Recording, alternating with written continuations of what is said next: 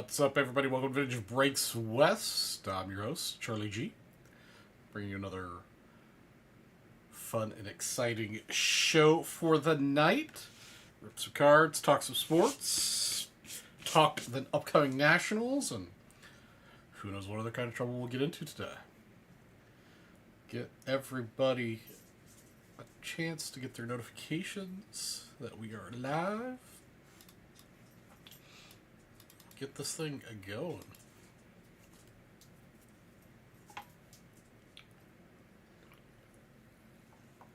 We've got an excellent selection of wax today, mostly 80s.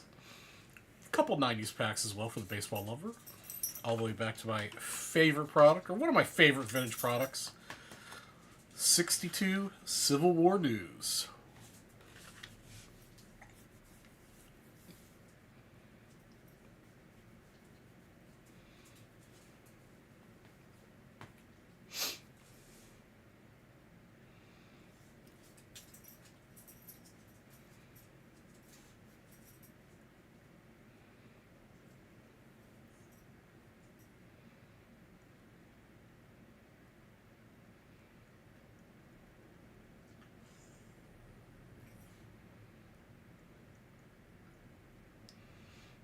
It's like we got some people coming in. Welcome, welcome. Don't be shy. Say hello.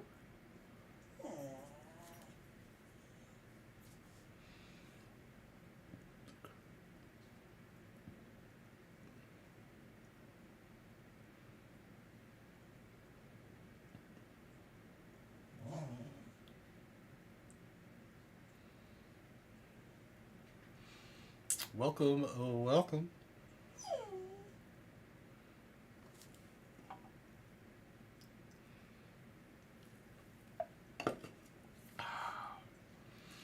Dr. Pepper early this evening. Get a little caffeine flowing.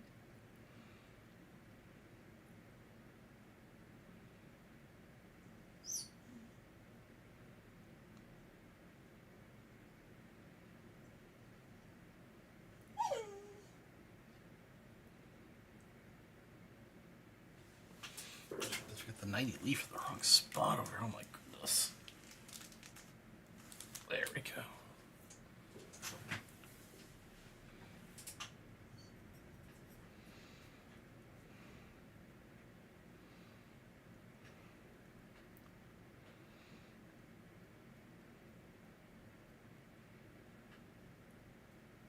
What's going on? What's going on?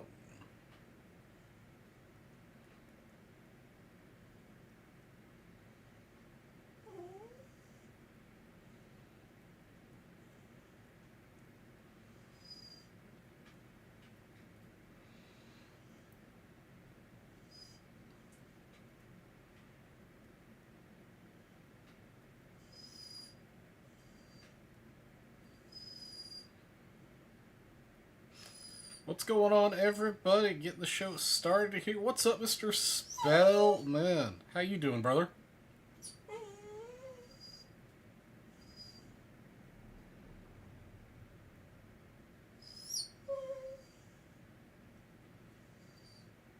Excellent to hear.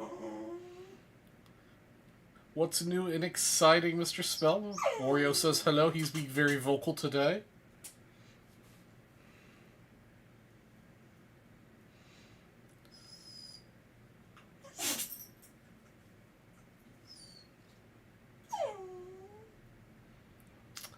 I started off my morning today leaving the house at 5 o'clock to do some site visits and didn't get back to the house till 11.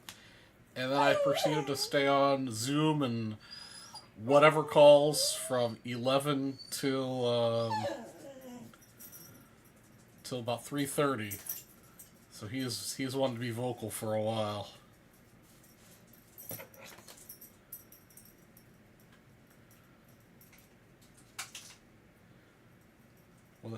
Oh, nice! You get any good hits in it?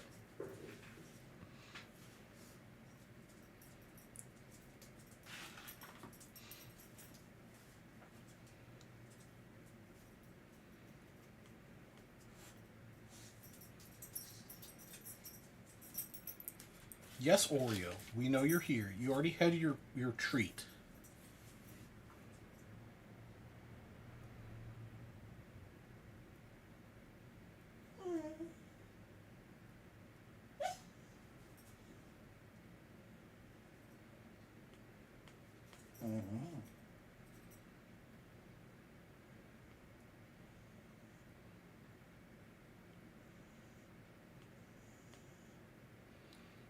Kevin McGonigal with a $25.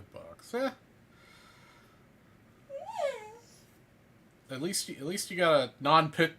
Wait, McGonigal's is not a pitcher, so yeah. At least you got a non-pitcher auto. There's still a chance.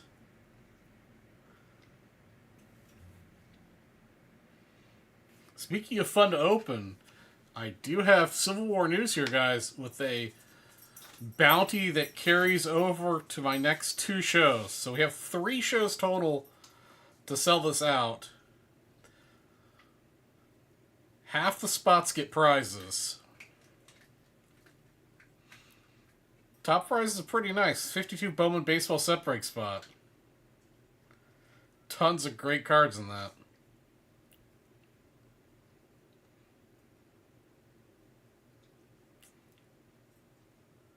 We also run back that wax bounty that we did last week that everybody seemed to like.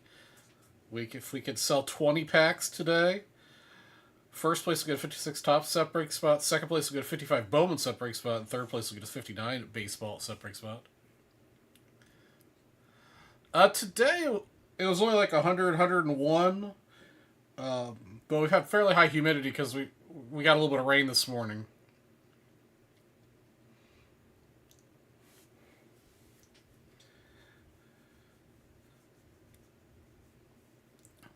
So when I was outside for like 5 hours this morning, it was pretty miserable because it was high 90s and like 100% humidity. It was not fun. I'd rather be 110, 115 degrees than all this humidity.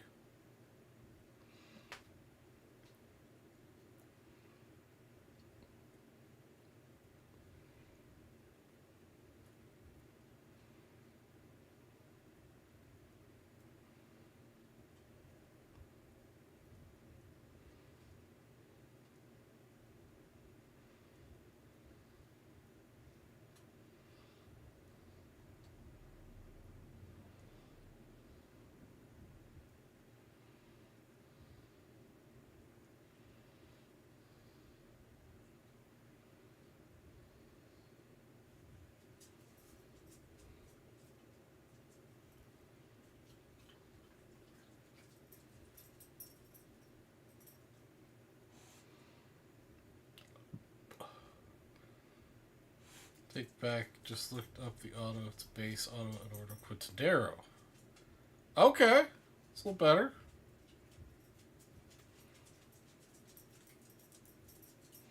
Not bad for, a free box.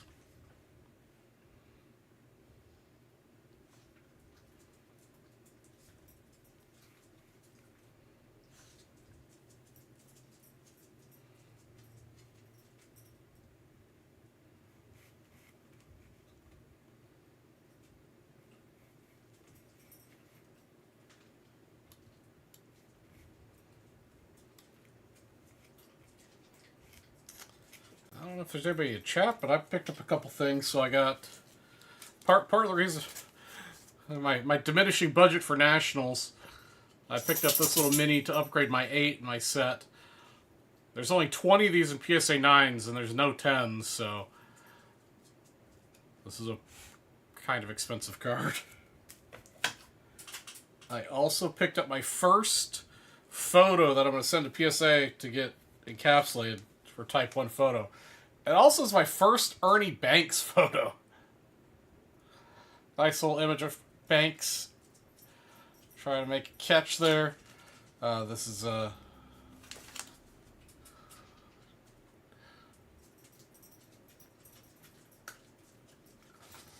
so my first Ernie Banks photo of the collection. Surprising it's taken that long to find one.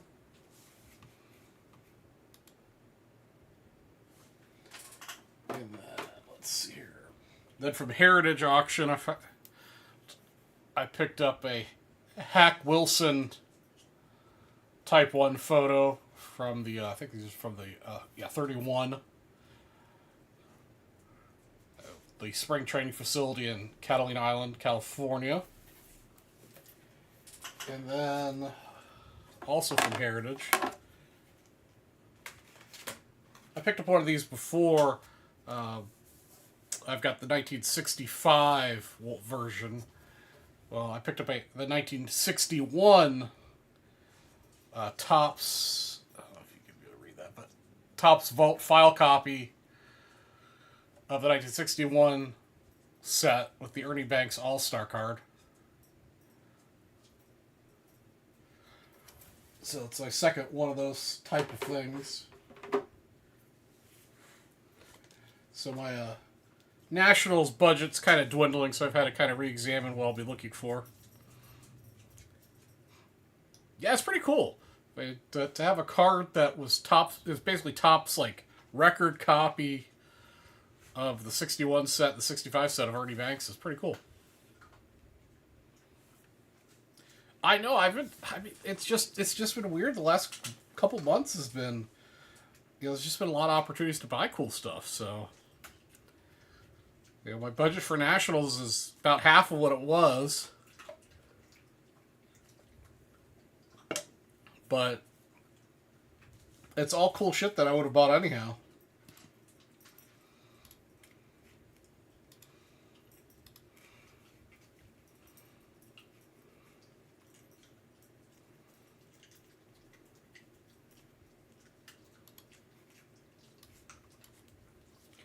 Hey, what's up, Mr. Green? How you doing today, brother?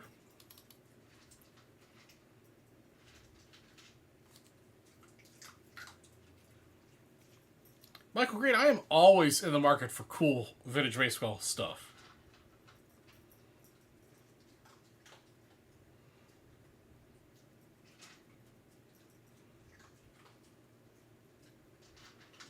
I've been buying a lot of stuff the last couple months that's been coming out of the woodwork. So, Nationals is going to be a little more budget conscious hunting.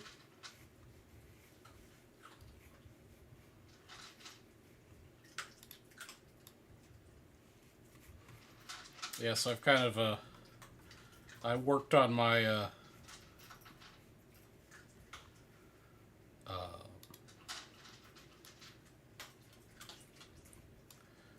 oh man, I'm trying. I mean, I'd love to have it, but I'm not in the position to purchase any more ultra modern stuff. But Spellman here is definitely loading up on this. So yeah, so I reworked my. So this is my current want list for Nationals. So obviously, I'm still looking for the Eddie Ramleys. The only one I have is Frank Chance. Would love to pick up some more. The holy grail of my collection to find the Wildfire Schultz Fatima to complete this run behind me.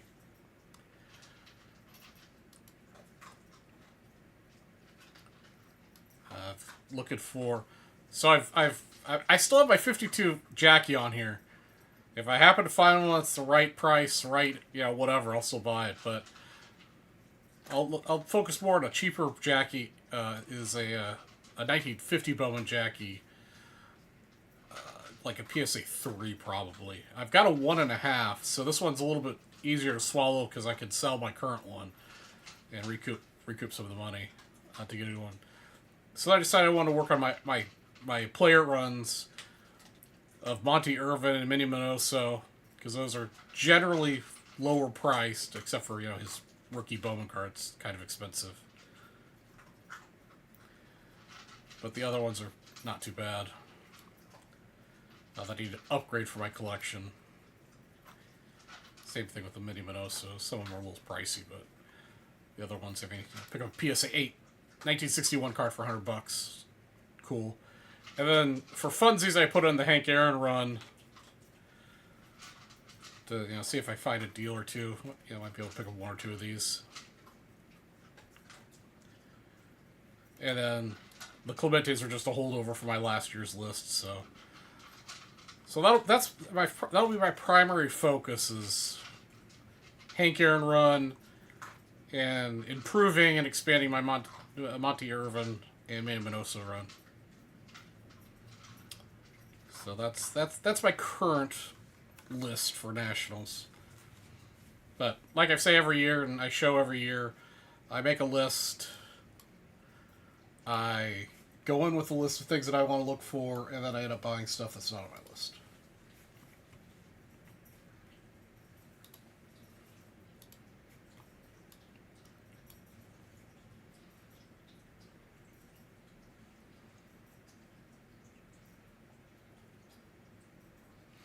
$52 Ed Matthews, that's a beautiful card. For sure. Alright, guys, we got a bunch of people in here. I'll go through the bonuses, bounties, and stuff we have going on today. We have the 2050 for briefcases, 20 spots left on that. There's also a 125 spot at $500 winner take all for a 1969 set that's on the grid. That goes through event weekends, the weekend after Nationals, I believe, so plenty of time to close that out. But you spend $500, you get a spot in that. 69 is a beautiful set. Definitely love that one. We've got a bounty on the wax packs on the desk. If we could sell 20 of these wax packs, I'll randomize those 20 spots. First place will get a 56 Topps Baseball set break. Second will get a 55 Bowman Baseball set break. Third will get a 59 Topps Baseball set break spot. And then I've also got a bounty on Civil War news. This is good for today, my show next week, and my show after Nationals. So 3 shows total.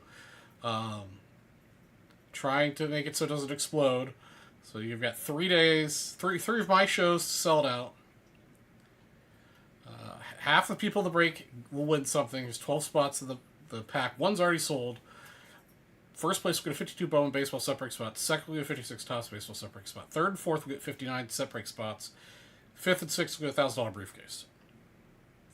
And then also underneath my beautiful face, we have an all-day set break bonus that'll end at the end of my show. It's a 66 starter set with 150 cards. Highlights are shown below. You get the Mickey, the McCovey, the Rose,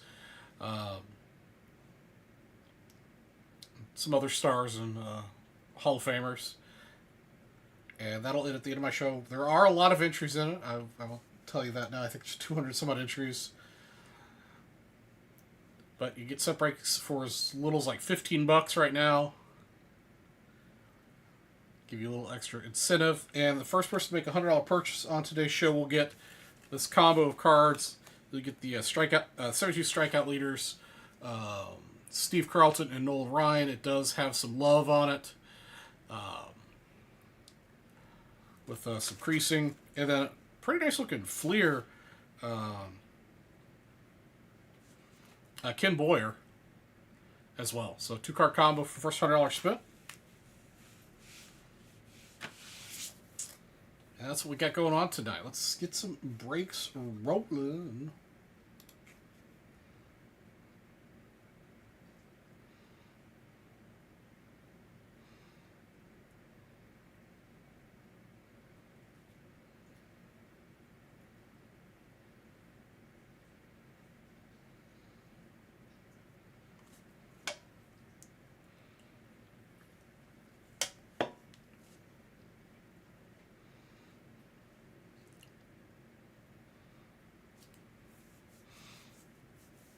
Michael, I'm sure I've asked you this before, but are you going to be at Nationals? Hey, what's up, Mr. Chef? How you tonight?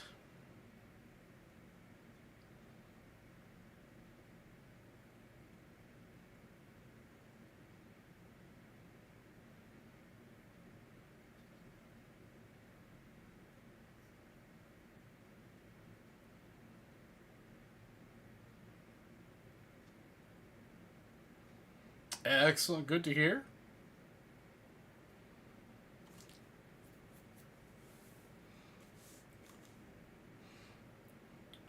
We got some bounties on selling a bunch of wax. Civil War news for you, Chef. We also got the all-day set break bonuses.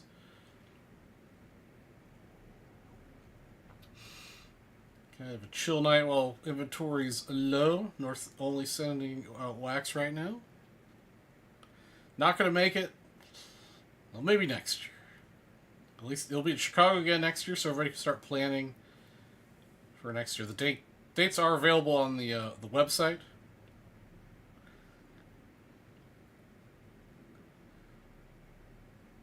Just get on your calendar.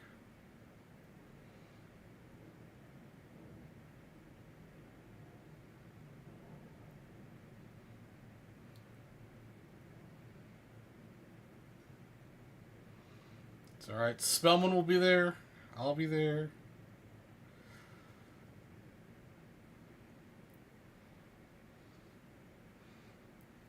I know Monty will be there.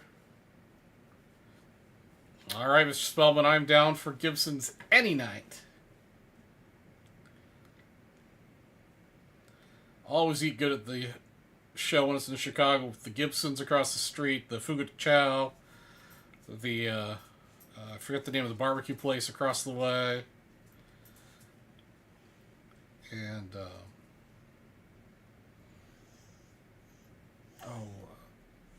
someplace too. Hey, what's up, Mr. Perry? Yes, sir. We do have a lot of nice wax here tonight. A lot of different price points. And they all count towards the 20 pack sold bounty.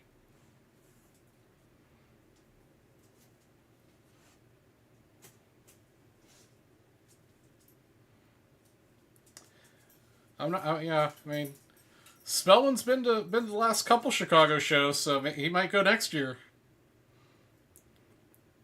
I'll be there. I'll be there next year. God willing.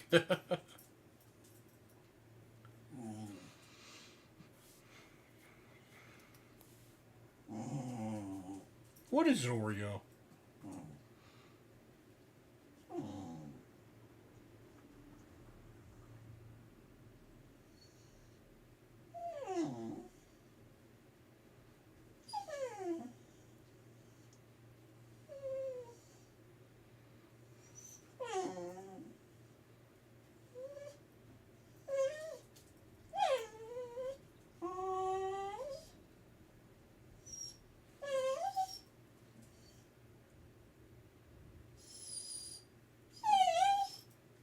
Yes, sir. It's in Chicago this year, next year, and the year after. So 2028 is the undetermined one. And from what I understand, 2028 is going to be between, I think, Nashville and Atlanta.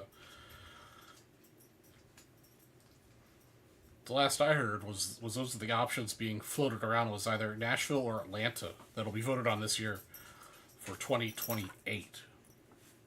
So I'm kind of excited about both those options.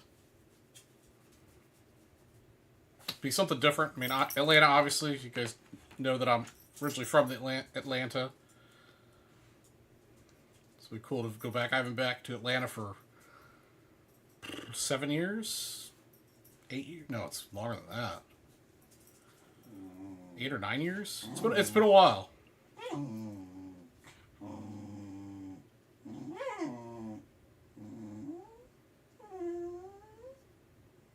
Actually, no, you're right, Spellman. It wasn't Tennessee. It was between Detroit and Atlanta.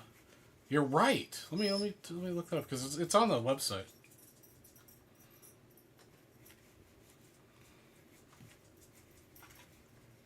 I personally love Detroit. I went there several years ago, and I had a blast.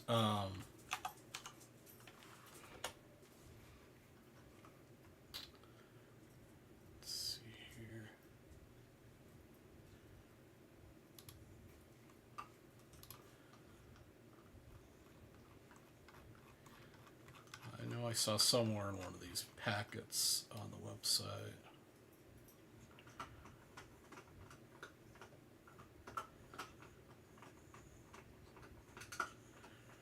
Blah, blah, blah, blah.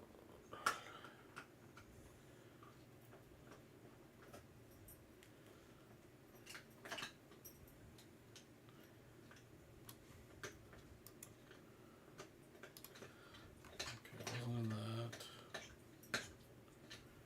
Oh, here we go. Yeah, 2028 show locations. So yeah, Atlanta at the Georgia World Congress Center or Huntington Place in Detroit. You're right.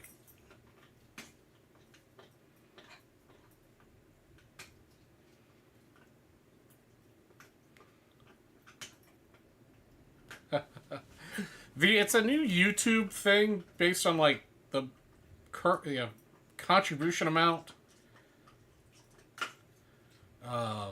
It's some sort of new YouTube thing. Nothing to do with vintage breaks. It's something YouTube's rolling out. A little Purple Rain.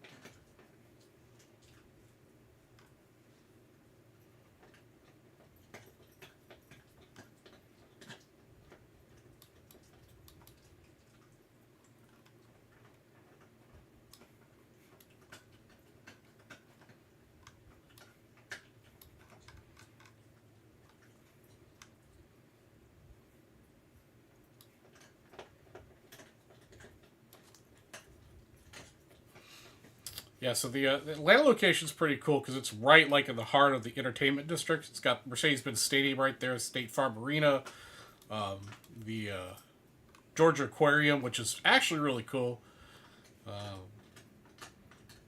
So there's lots of stuff to see and do around that area, not just the thing.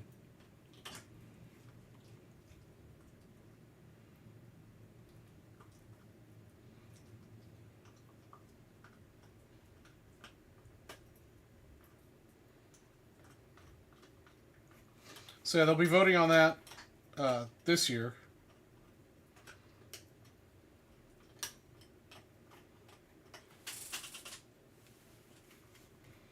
All right, who's gonna get this party started, guys? Got Ken Boyer and the Strikeout Leaders card for the first $100.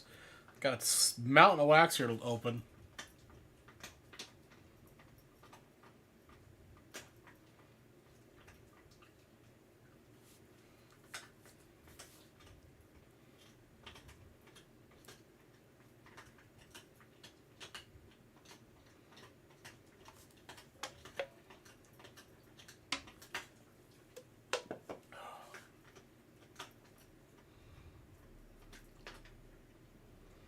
Hey, what's up, Mr. Brown? How you doing tonight?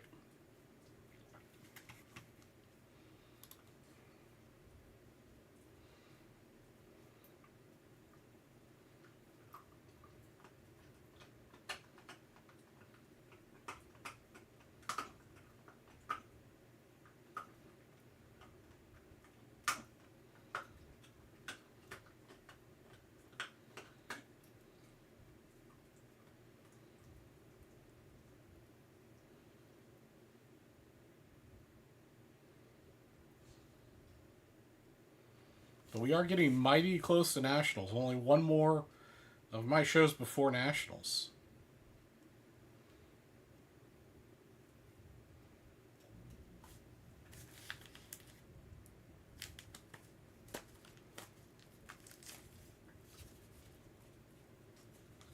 All right, we'll add another level here. If somebody wants to spend...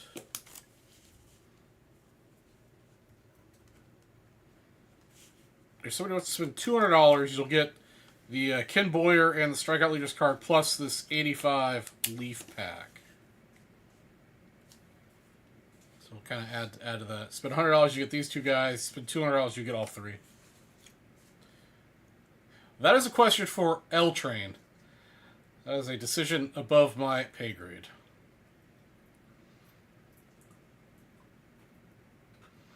I know in the past we've let people come and sit behind the booth for a little while if they need to rest up, because as you seasoned veterans of Nationals know, there is a limited amount of seating available for the weary travelers. I think his goals are the same as they are at every show. Sell as much as possible and buy as much as possible.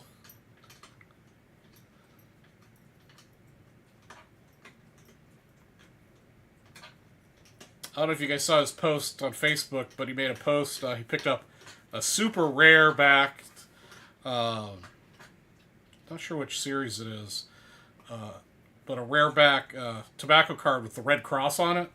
Super low population. That's specifics, yeah. Yeah, I don't know. I don't know if he's hunting for anything particular. He'll probably talk about it on the next podcast, though. Lap dances, chef. I have a sliding scale based on your level of attractiveness and sex. So you'll have to just come and find out. I'll exchange either vintage sports cards or cash.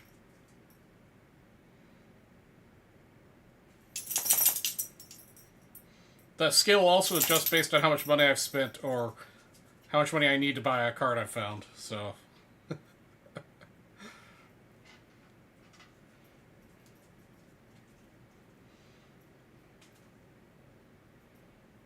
that's right. That's right.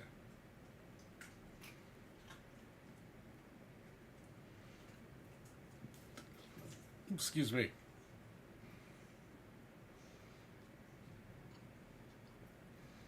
All right, guys. Who's gonna break the ice and get us our first break of the evening?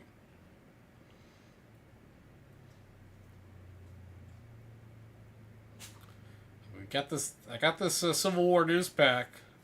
Begging the North to send it to me. I put a very, very healthy bounty on that's good for 3 shows.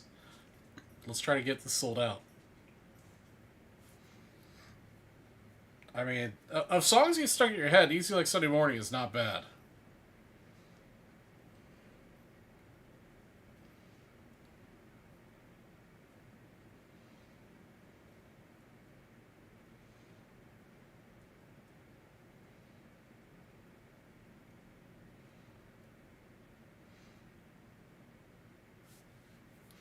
But yeah, definitely a lot of stuff. I've made a lot of pickups here in the last couple weeks, so still be looking for a lot of stuff.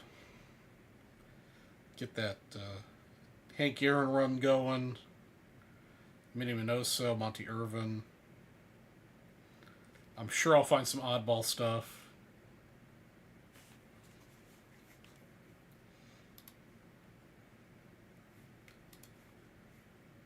Mr. Perry starting the day off with us. Hope the AC works. Yeah, I hope it's not humid. Like when I was in Chicago, 2 years ago? Yeah, 2 years ago. It was just hot and humid, and one of the AC units wasn't working.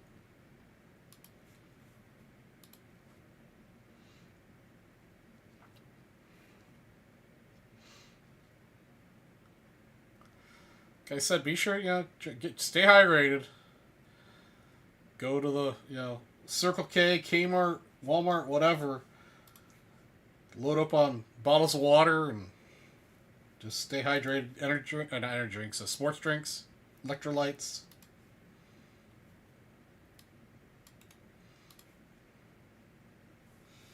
Let's see, I think 84. I've got 3 packs. So which pack do you not want? Top, bottom, or middle? Which one do you not want?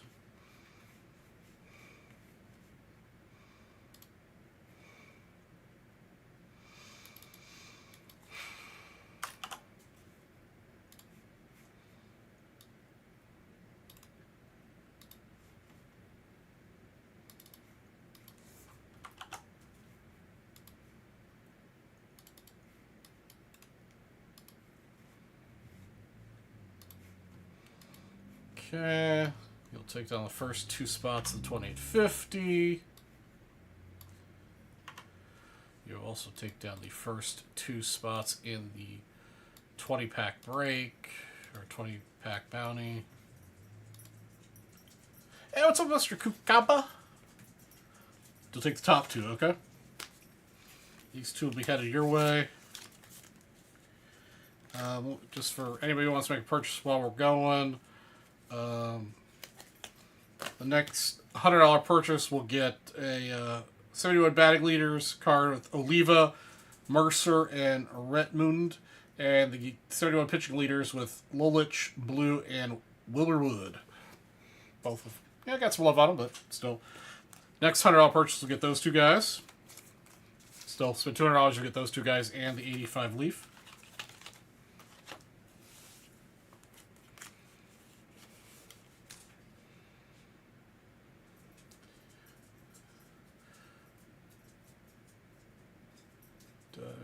Did you list your packs? What packs, Chef? For me, Charles, I have 3 objectives to the Nationals. Those deceased 11 football autos, grade 7 Topps baseball, and some 24 Prism football singles. I mean, those are all things you'd definitely be able to find there.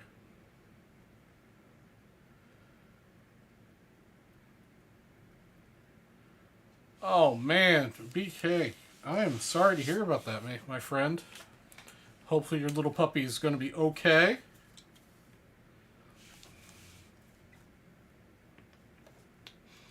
Oops. You're currently not experiencing any internet issues, so I can turn off this message. Hopefully that continues. All right, here we go. 2 packs for Mr. Perry.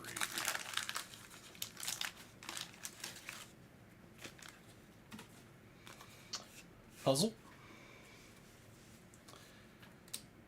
Mr. Dick Schofield, Bob Forsch, Jeff Reardon, Randy Moffat, Bob Johnson, Greg Walker, Terry Kennedy, Mike Heath, Wayne Essler, Bill Campbell, Phil Necro. Phil Necro when he was like 1,000,000 years old. Yeah. Cool Phil Necro. We'll sleep that up just because I like watching him play. Tim Raines, another decent one. Scott Thompson and Tony Phillips. Her teeth are rotting out. Oh, that's that. You know what? That seems to happen a lot more with smaller dogs than it does with bigger dogs. And I'm not entirely sure why. The only reason I can think of is that like bigger dogs tend to be able to chew on like bones and harder things and that are better for teeth care, I guess. All right, Mr. Bannister, Bobby Brown, Ramirez, Grubb, Sarmiento, Putman, Hassler, Mr. Bob Horner, Van Hayes, Sheridan, Romeo, Juliet, Daly, Upside Down, George Hendrick, Eddie Milner, and Terry Poole. Unfortunately, Mr. Perry, nobody we were looking for. Oh, I came across something interesting. It's just someone has been opening 1 pack of $88 to see what he can get out of it. A bunch of free fire starter? I mean, I'm not exactly sure what you're looking for on $88. It's any good.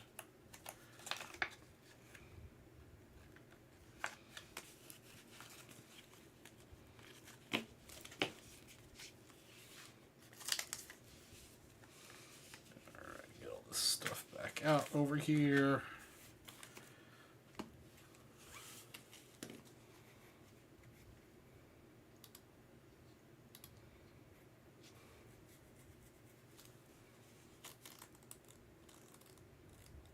You saved the last battery of the pack for Chef? Alright, cool.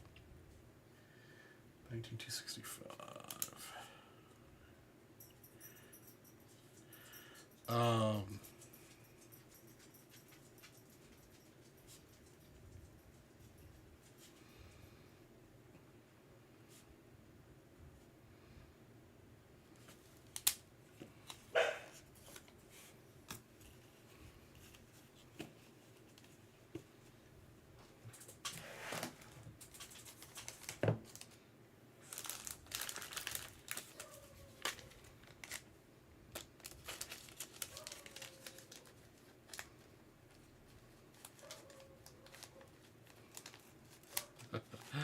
Jeff is deferring to you, Mr. Perry.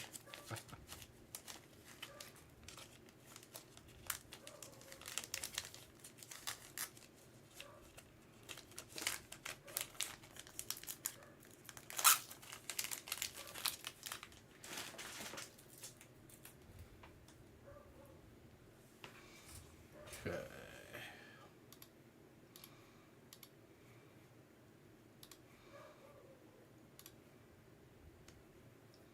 Appreciate you taking the first leap today, Mr. Perry.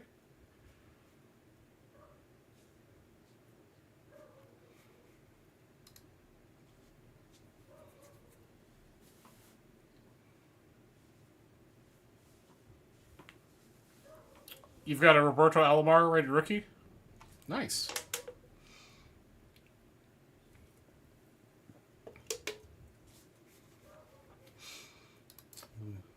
Always have to think positive thoughts of the grading gods. All right, Mr. Perry couldn't stand not having all of them, so.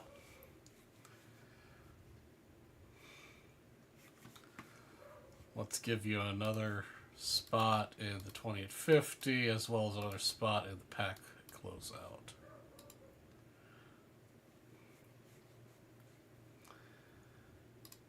All right, here we go.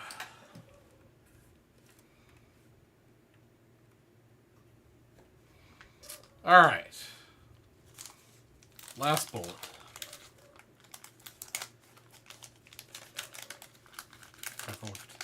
Yeah, I can do that. I sure can. All right, puzzle piece. Rasmussen, Dave Henderson, Reggie, Rusty Staub, Checklist, Forsch, Washington, Kuzman, Singleton, Madlock, Bondo, Allenson, Martin, Torres, and Buddy Bell. Unfortunately, Sam sent me another defective pack without the Mattingly.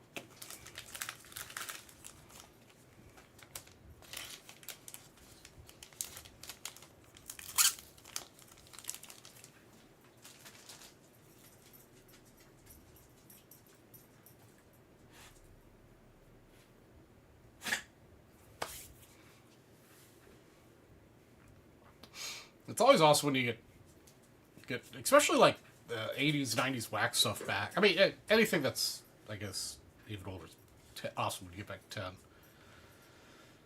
But 80s, 90s stuff, I think in particular, is kind of cool when you get them back in 10s. They are surprisingly difficult to get 10s in. Okay, let's...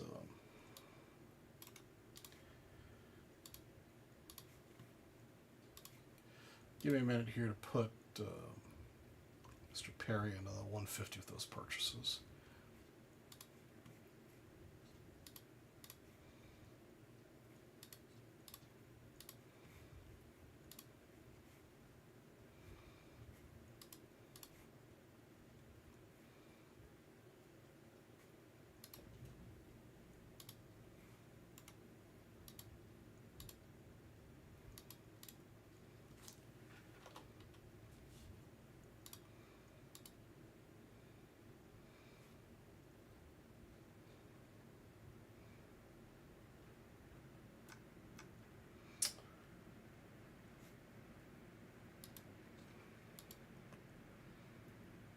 Okay, I got you the 125 promo.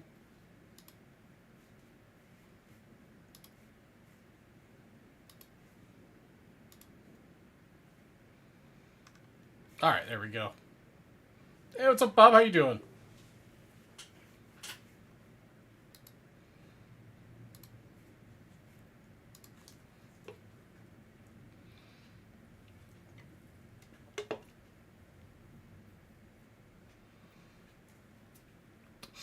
So for you guys that may not be able to see on screen, I have a single 93 pack. I've got 3 93 Bowman packs. I've got 5 92 Bowman packs. I've got 6 90 Leaf packs. I've got 4 87 packs. 2 85 O-Pee-Chee packs. 3 83 Fleer packs. A ton of 82 Fleer. A ton of 82 Donruss.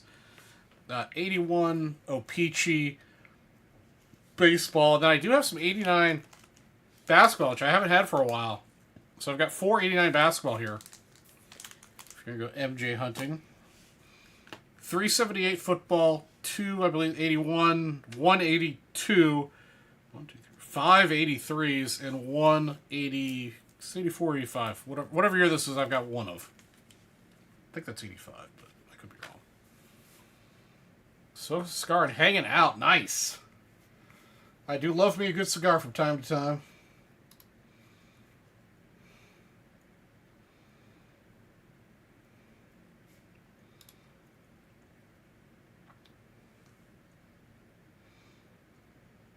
Again, we also have the 66 starter set all day set break bonus.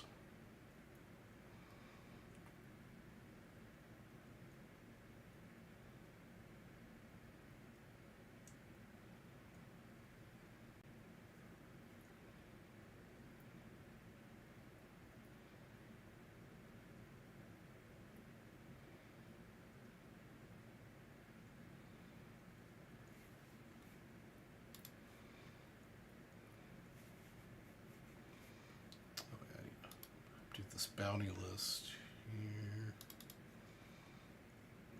We've got 17 spots left in that first case.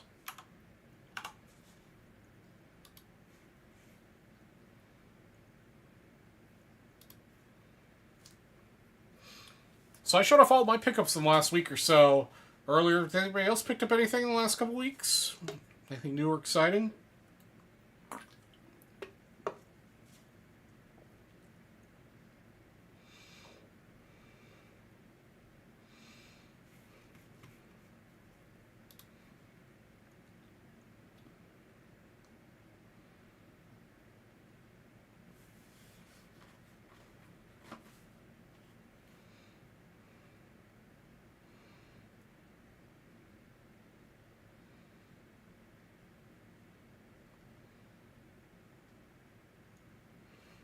Yeah, getting a mantle is always pretty nice in your starter set.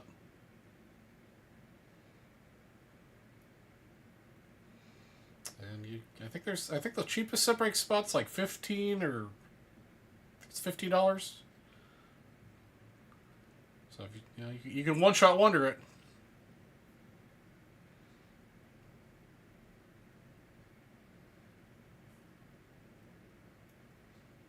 You picked some dog poop. That's fantastic. That's not quite fun and exciting.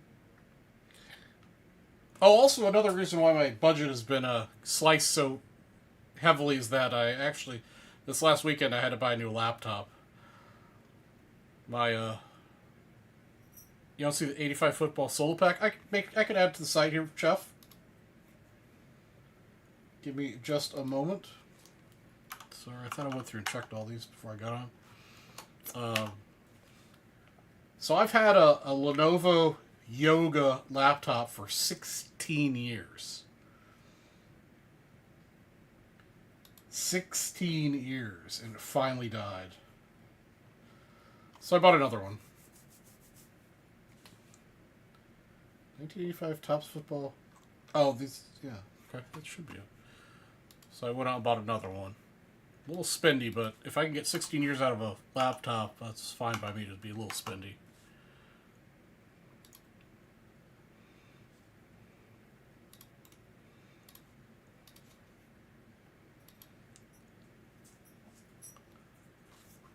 There you go, Chef. That's for the, that should get you directly to the 85 solo pack.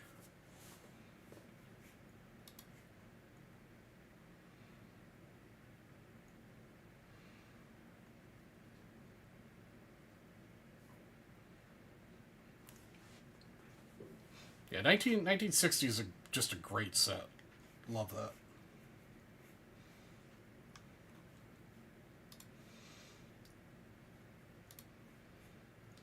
Mr. Richardson.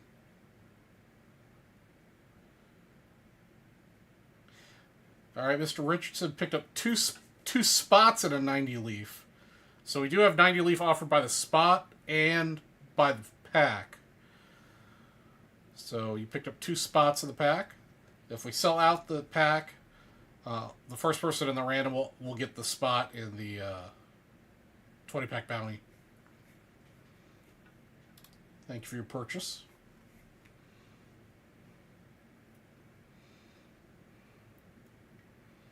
You probably got into it from a free, like a bonus or a bounty of some variety, or you're trying to hit like a $200 bonus or something. So you added a set break spot to the cart. Oh, excuse me.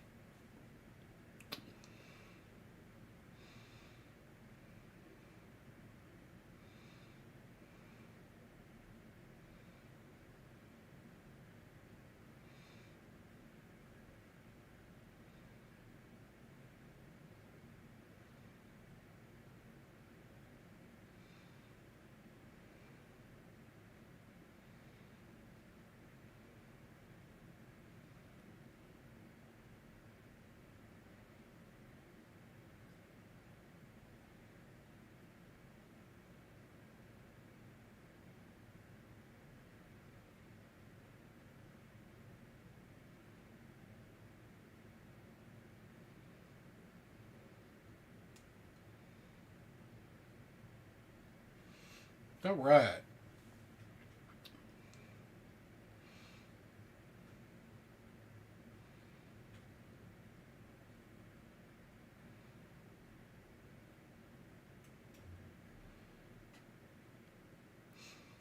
Also, not on the list of my Nationals want list I was talking about earlier is that obviously still looking for those last 17 cards I'm missing from my 75 mini PSA set.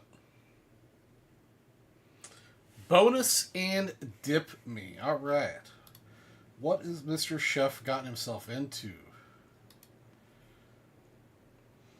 All right. Going in for a little football variety. I like it.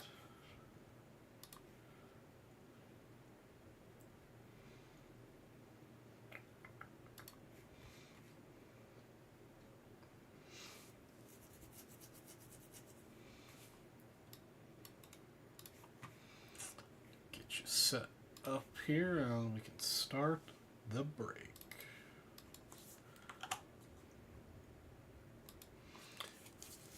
Chef, do you want me to open this or ship it to you sealed?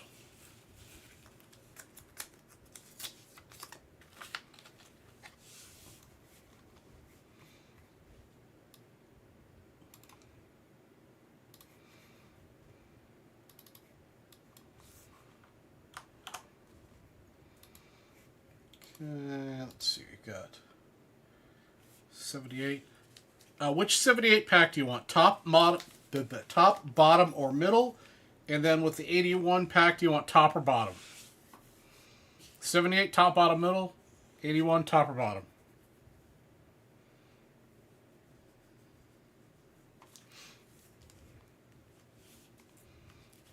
While you're deciding, let's see here. Alright, for the next $100 purchase, she looks like a really clean Tony Oliva 1970. Nicely centered.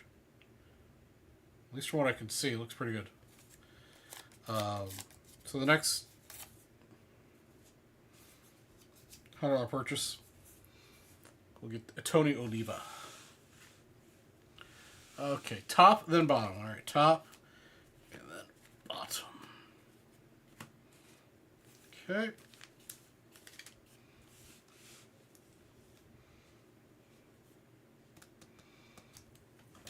All right, we'll start off with the 85 cello first.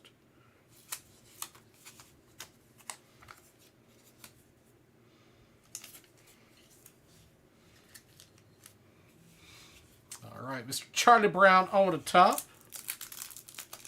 Just like prison.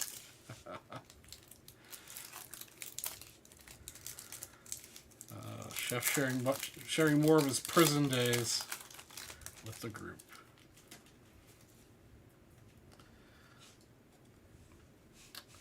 All right, we'll penny sleeve all these up after the break. Starting off with Charlie Brown. James Wilder. These are nicely centered. Mark Clayton. Mike Renfro. Also, let me know if you want any of these card savored. Happy to do it for you, Chef. Otherwise, I'll just penny these up. Ricky Jackson.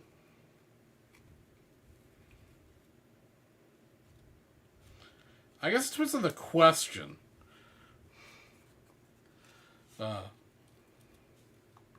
Anything centered? All right. Well, I'll take a closer look at it here after we break these packs.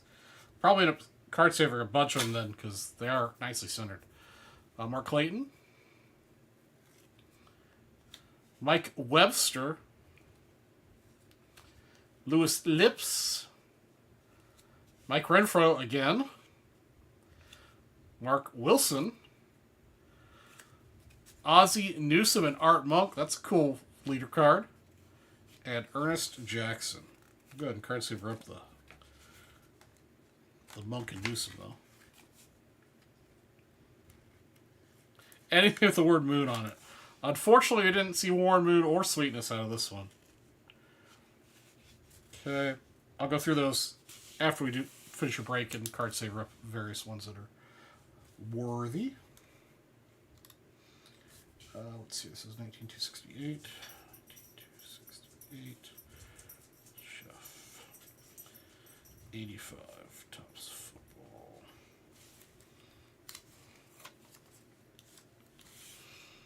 Okay.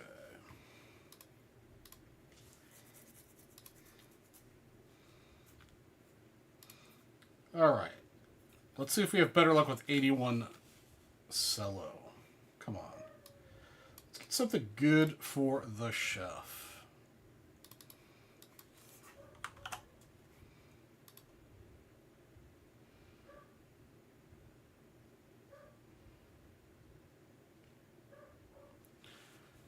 The update sets, as far as I know, were only sold as sets. The traded sets. They're sold the traded sets, and then some of the factory sets included them.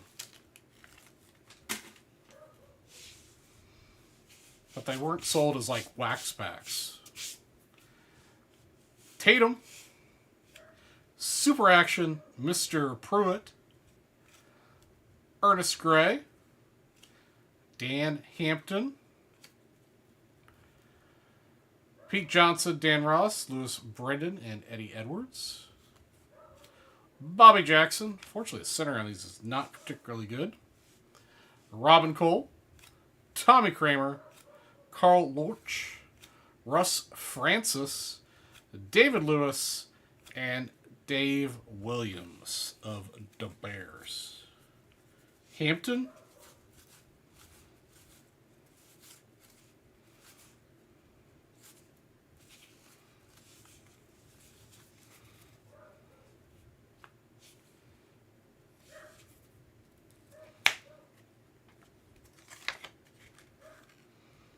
Hey, what's up, Mr. Mariachi?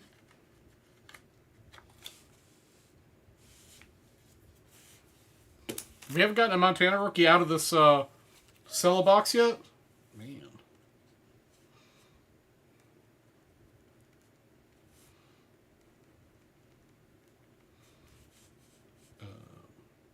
This is 1981. Tops Football.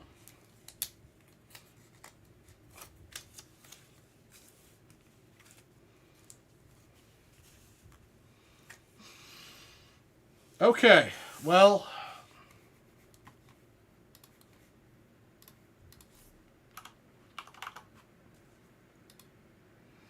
it's all up to 7-8 football with Tony Dorsett.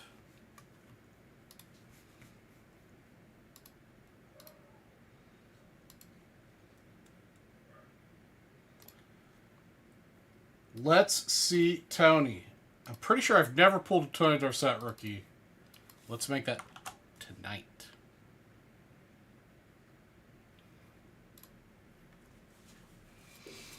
All right, good luck, Chef.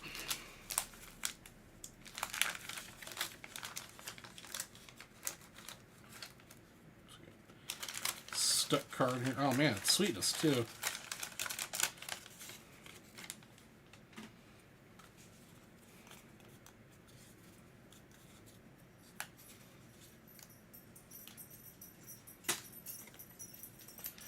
Unfortunately, it's the gum card, but it is sweetness.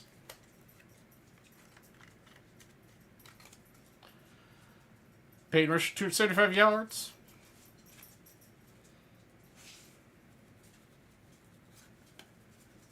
Okay. Starting off with Merlot, Smith, Wagner, Jesse. Come on, we need the centering to improve here. Thomas, McCutcheon, Davis, Miller, Herman, Dickey, Clarence Davis, Morgan, and Mr. Beverly. Man, Chef, I really want to pull a good card for you.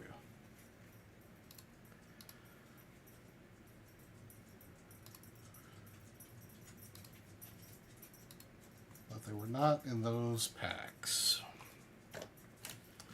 Now let's take a closer look at these guys, see which ones are card saver worthy if they're not the big players. Yep. Nope. Nope.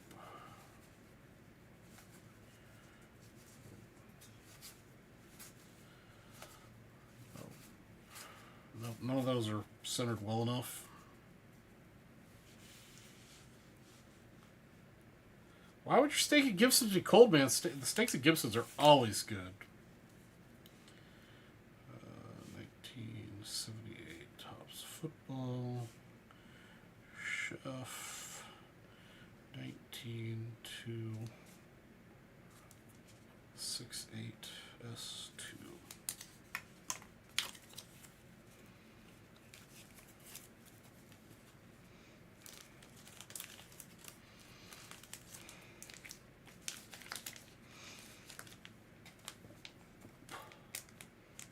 I know the hands are cold tonight. I don't know. I need to warm up.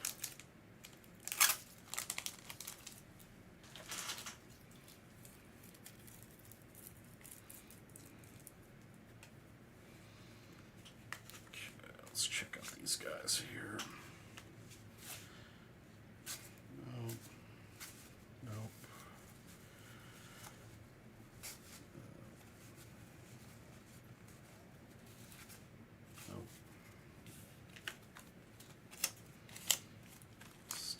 Here before I forget.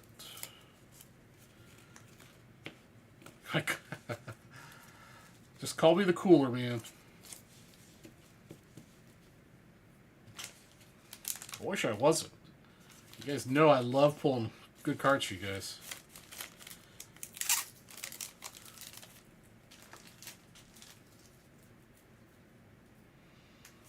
Alright, let's check these out here. There's got to be a couple here that are cards worthy.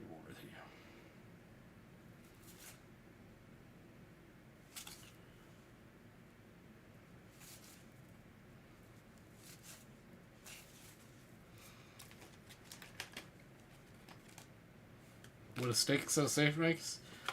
You want the finest steak knife set you could find at Goodwill for $5.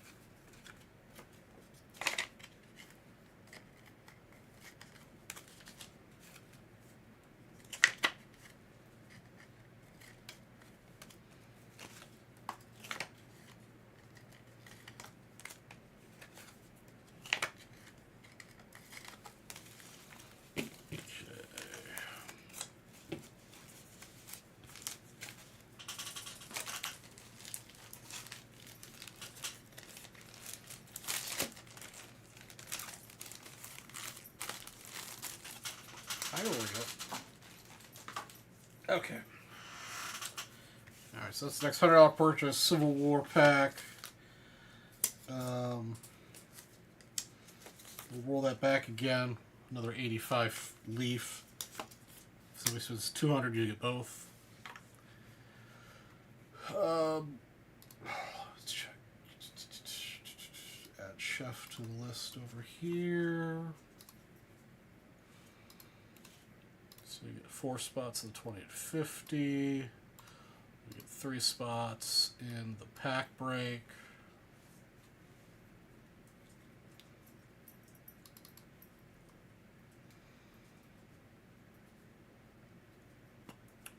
So we'll have 13 spots left to go in the first briefcase of the night.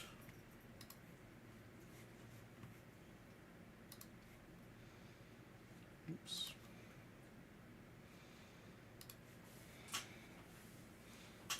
All right. Do appreciate Chef. Try to take a stab at that.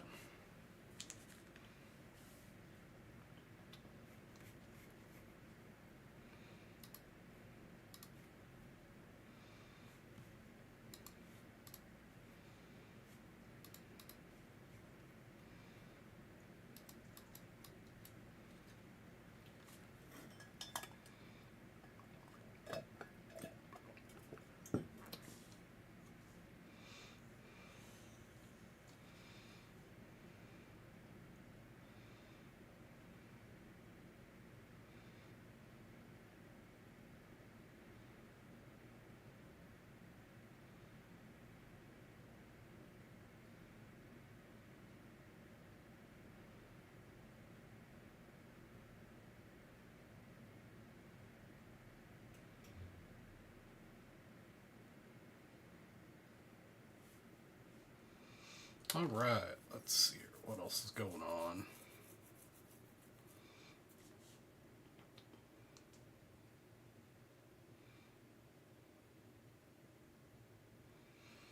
I don't know.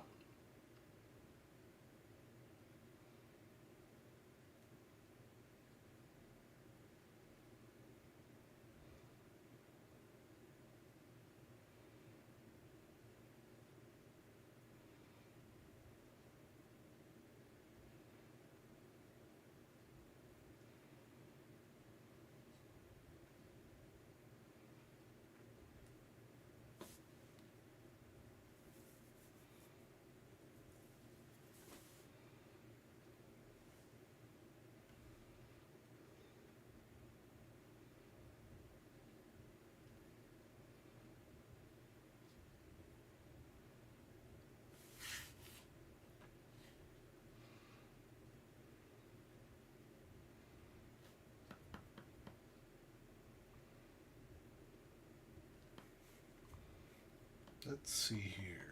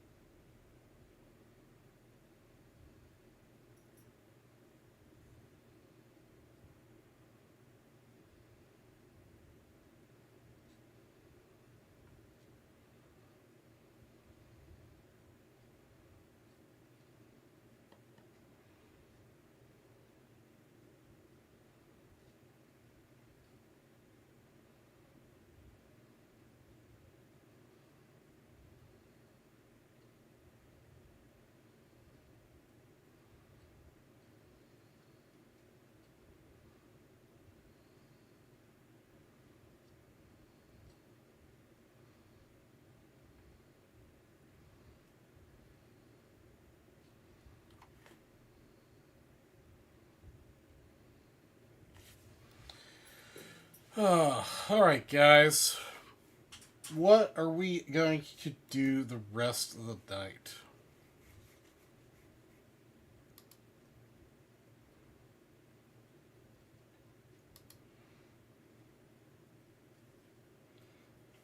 All right.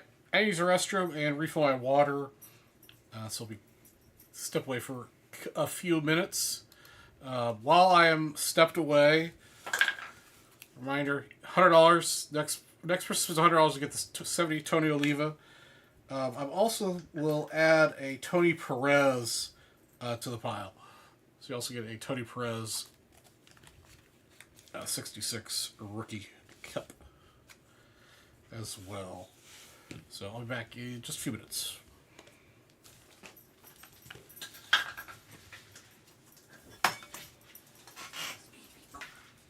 Go on.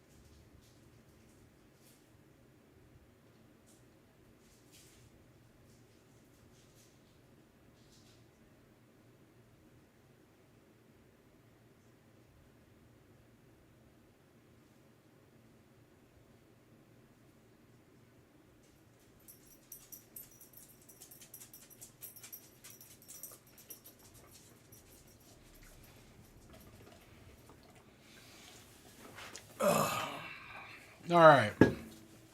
Back.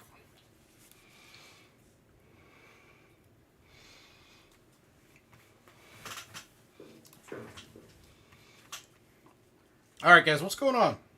Talk to me, gooses and geeses.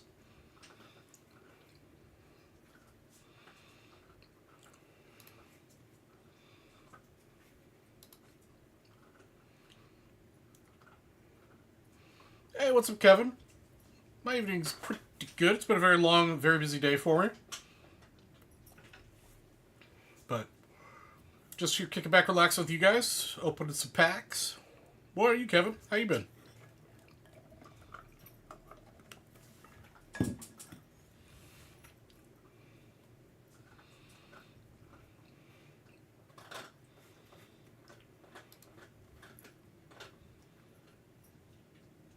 Again, guys, we've got the 2050 with 13 spots left for a briefcase.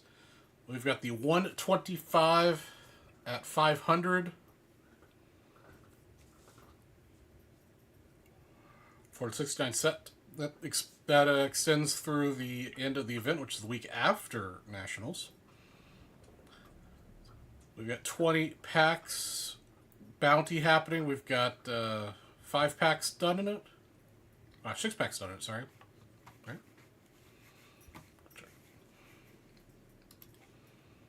Yep, 6 packs done. So we've got 14 packs to go. And if we hit that, first place we get 56 Topps Baseball, second 55 Bowman, and third 59 Topps Baseball. We also have a Civil War News Pack bounty that's good for today's show, next week's show, and the show after Nationals. If we could sell out this pack in the next 3 shows, top 6 spots get prizes, so it's half the spots in the pack. First place is a really nice 52 Bowman baseball set break spot. Second, 56 tops. Third and fourth get 59 tops. And fifth and sixth get $1,000 brief cases. And then, of course, we got the 66 starter set with 150 cards, give or take, including the highlights shown below there. All I have to do is buy a set break spot. You get a spot on that. I'll give that away at the end of my show tonight.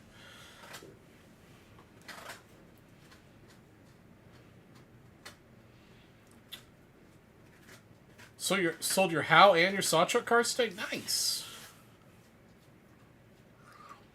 A few bucks back on those set purchases.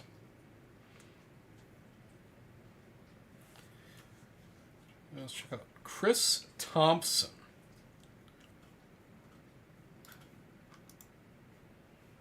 Chris Thompson.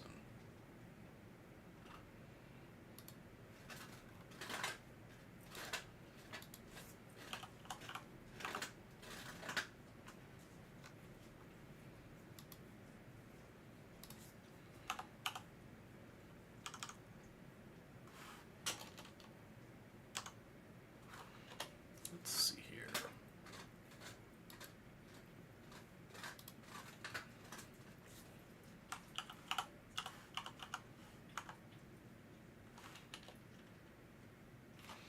Did you say his name was again? Check out Chris Thompson. Huh, I only see a Colton Thompson on the vendor list. Could it be under somebody else's name?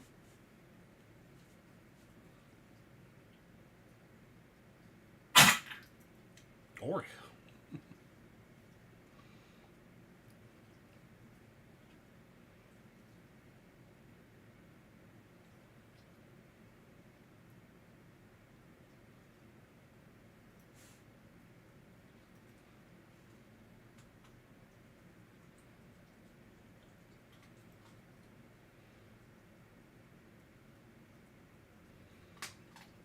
oh, excuse me.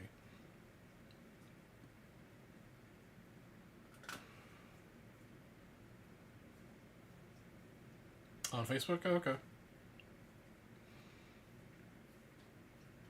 Well, I will be checking out everybody's table. I will, it'll probably take me at least 2 days to see every table. At least.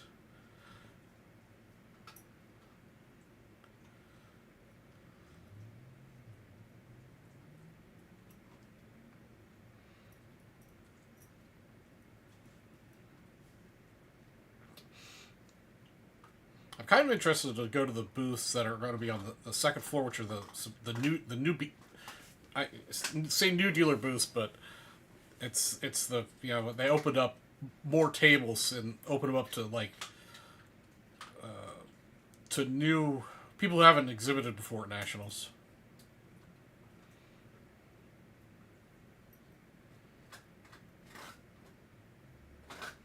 Okay, it's good to know. I think I've pretty much sold all my stuff that I have. I think I'm going to have a couple mini Minosos and Irvins that I keep finding good deals on stuff right before Nationals. It happens every year. But I'll have a couple, I think, minis and Irvins to trade or sell.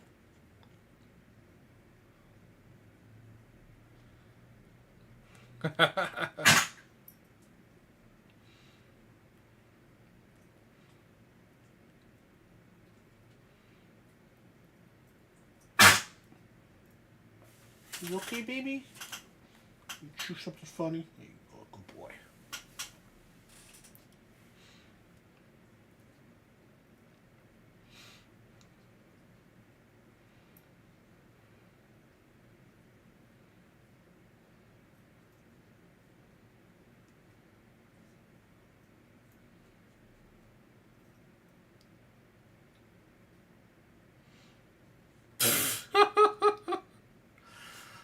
Oh, Selman.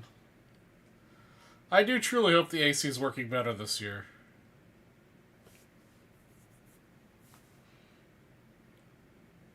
If, it can get mighty smelly in there if the AC's not cranking right. Again, if you're going to go to any sports card show, or really any place that's got a dense grouping of people, convention, movie, baseball, sports game, whatever, please wear deodorant. Put a little extra on it, even.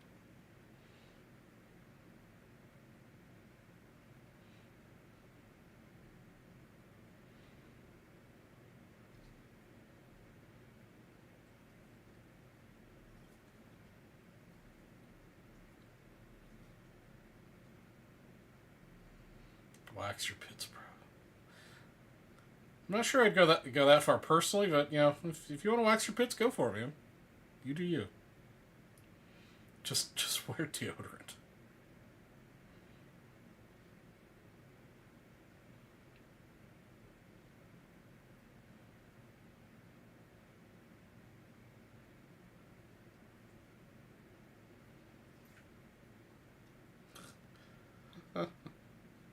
Swamp ass is a thing, especially when it's humid.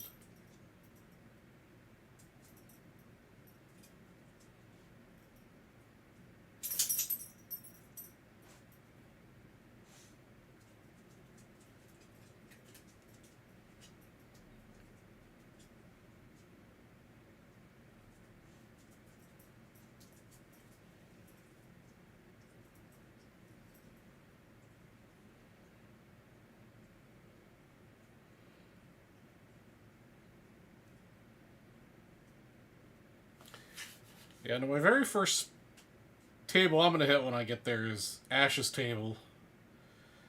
Check out what he's got. He's always got great stuff at very fair prices. That'll be my first table. I'll probably spend most of my money there if he's got cards that I want.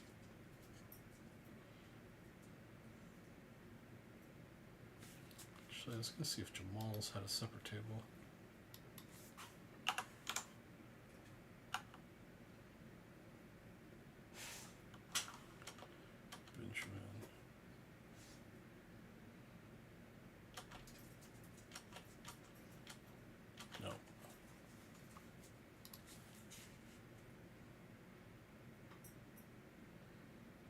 Mine would be your all's table and BBC's table. Old wax. Yeah. Baseball Card Exchange always has just a great table stuff.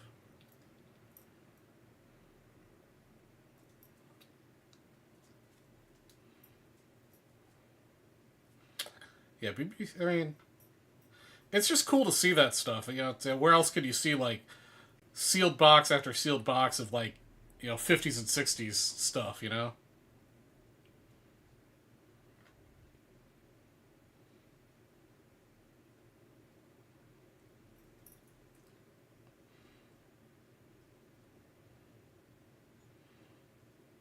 Yeah, it's just like going to the various big auction houses booths where they're showing off, you know, basically the top stuff they have at their next auction.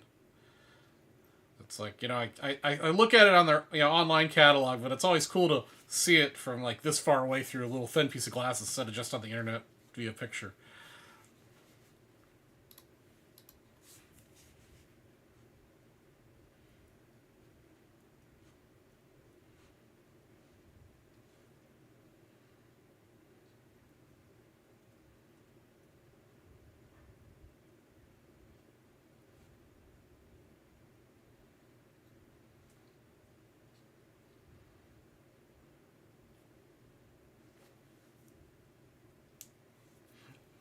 I think the like ultra modern stuff that I'll be looking for is I'll be looking for some reasonably priced platinum anniversary of 22 primarily. But I don't know. I'll probably pick up some for fun rips any platinum anniversary years.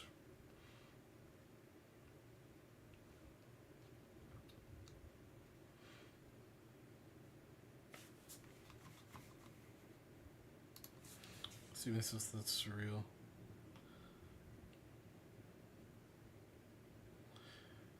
Not at this moment, Chef. The only thing you have a chance to win is possibly a briefcase if we sell out the 20 at 50.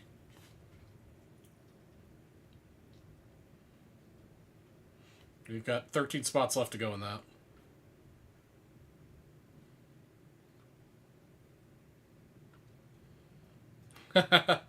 That's definitely peak cat behavior.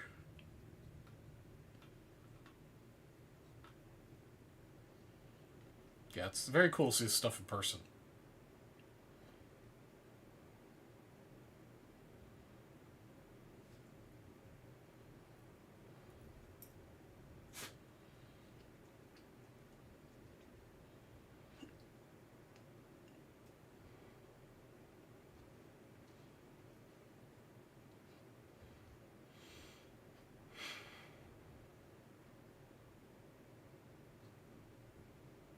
What's up, Nicola? How are you doing tonight?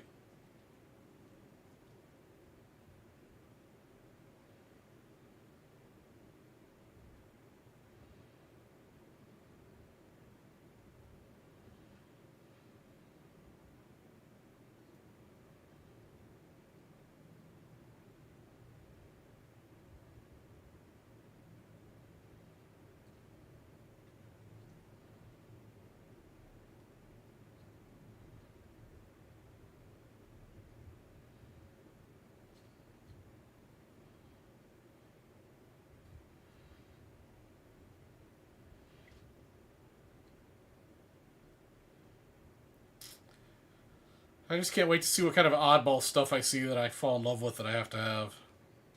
It's always something.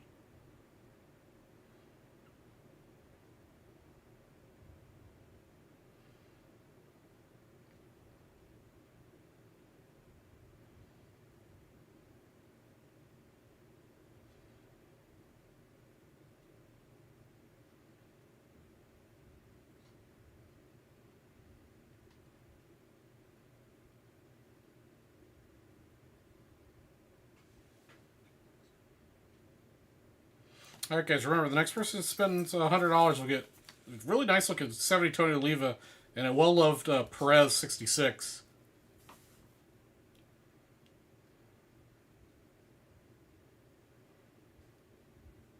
You spend 200, you also get the Leaf 85 Leaf pack.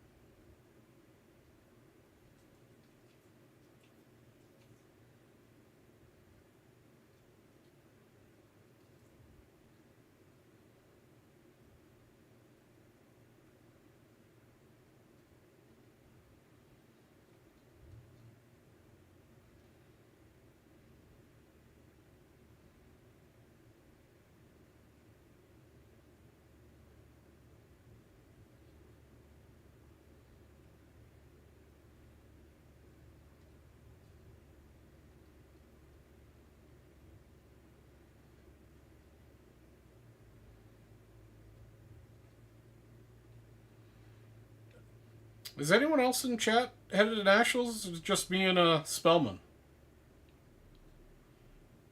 I think that's it. Just me and Spellman that are in chat.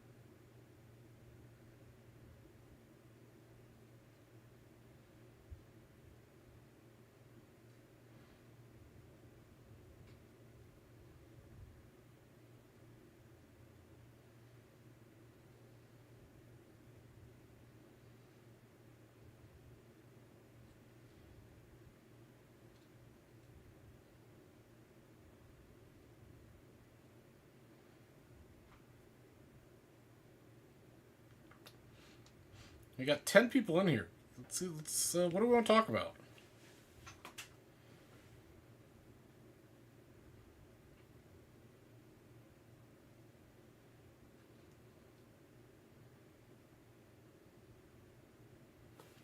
You get sniped by non-friendly VB folks? Well, that's not cool.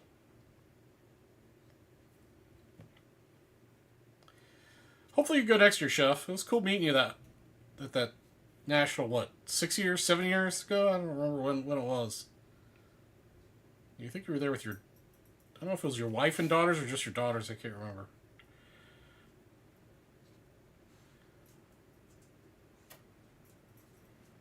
Always fun to meet you guys. Hang out. I always love seeing what you guys are buying at the show. Son and daughter. Okay.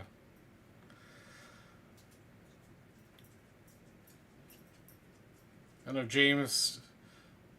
A couple times he showed me cars. I'm like, man, where'd you find that? Because I would have loved to buy that. Yeah, beat me to it.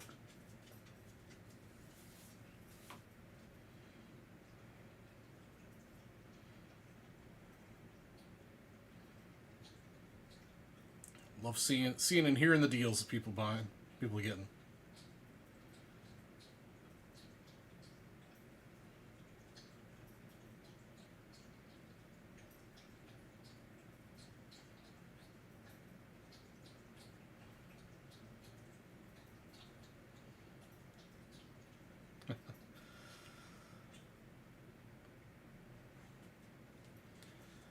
Yeah, it seems like things are a little simpler back in 2017 or 2018, whatever it was. Pre-COVID, things were much simpler and cheaper back then.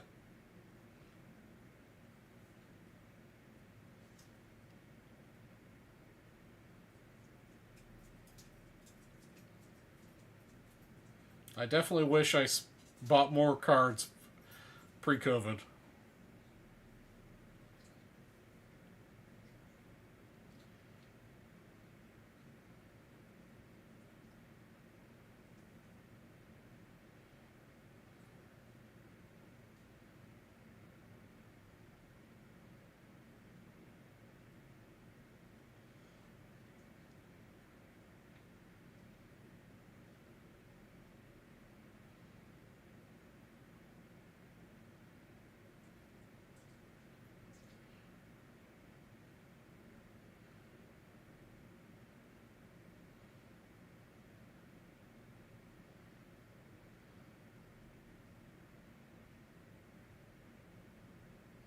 Done more of the days. Yep, yep.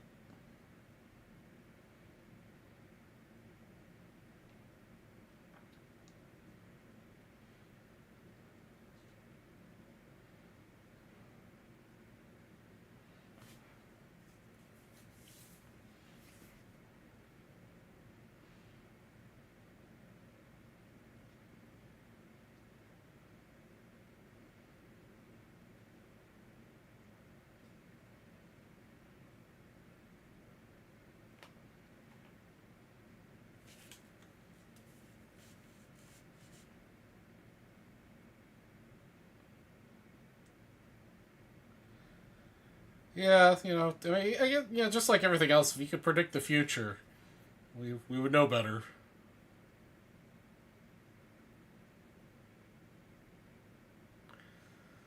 But we don't.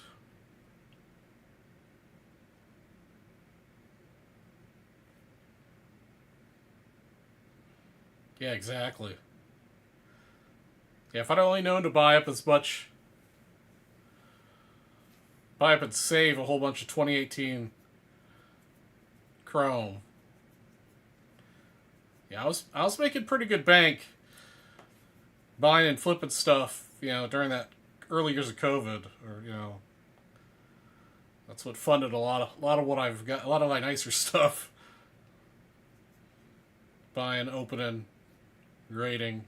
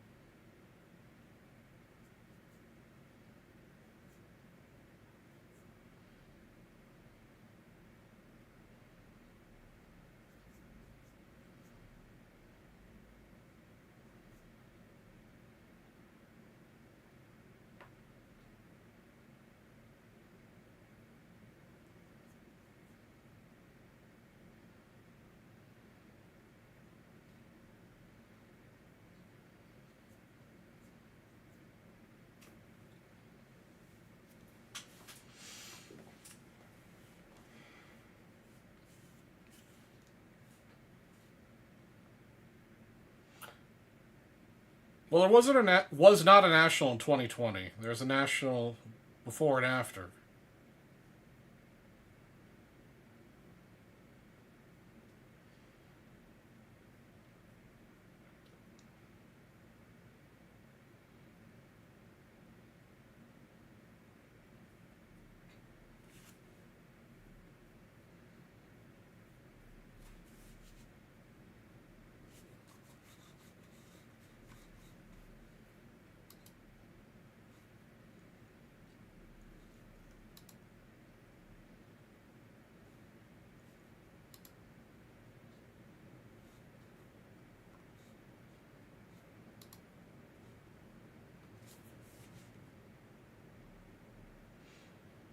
I wouldn't say people were trying to dump stuff in 2021. Still, things were still rolling high in 2021. But it was like crazy, like the difference between 2019 and 2021, like the number of people in those damn Zion cases and not wheelbarrows, things and stuff. It was just,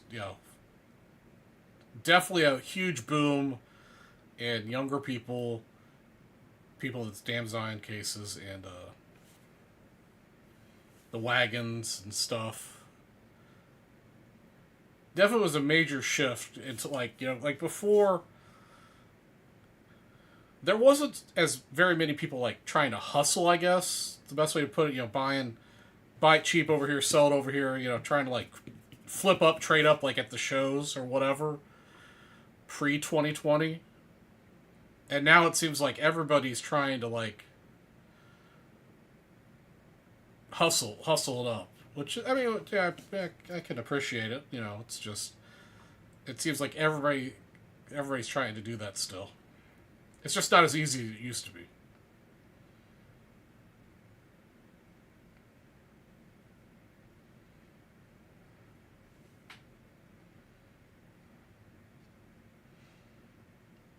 And it's also got progressively busier every year since 2019. Like,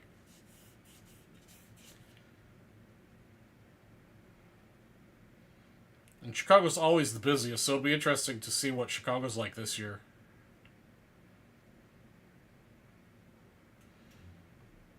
Again, it's going to be. They've got more floor space than they've ever had before this year. I'm sure ticket sales are more than they've been in the previous years. So it'll be busy, jam packed.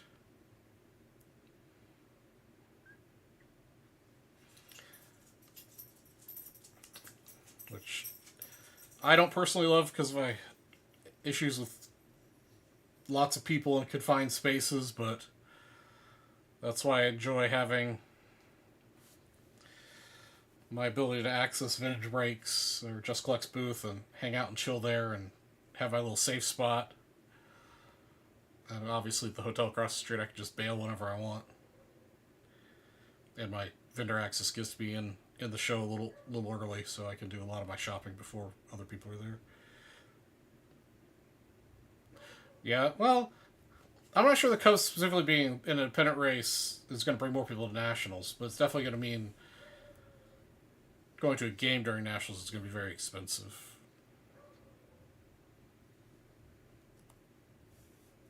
That's right, get your $10 beers.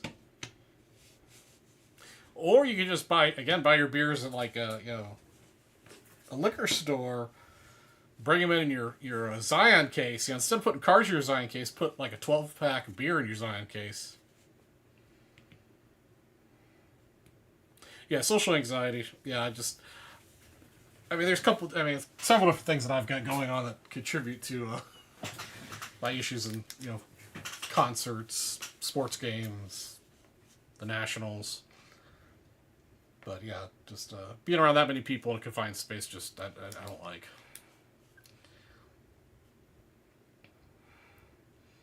But because I do it every year and I plan for it way in advance and mentally prepare for it, it's okay. But like if you were to tell me like this, like this weekend you want to go to a big card show here in Phoenix that I wasn't aware of, I probably wouldn't go because I just couldn't do it. And that's why, like, the card shows I go to here locally, I'm there for, like, I do, like, one lap and, like, as fairly fast as I can and get out of there.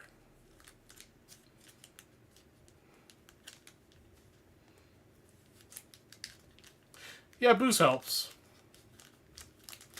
What's weird is that I don't have that problem when I'm in Vegas. And I think it's just because I go to Vegas so much, it's like a safe place for me. Like, it doesn't bother me while I'm there. I mean, I drink while I'm in Vegas, but I don't drink very much. Even when I'm not drinking, I don't have issues, so.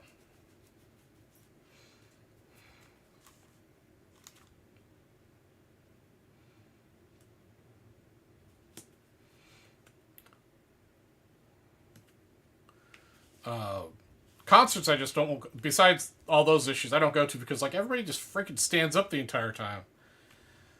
Just an old man. I'm like, just can't everybody just sit and enjoy the music?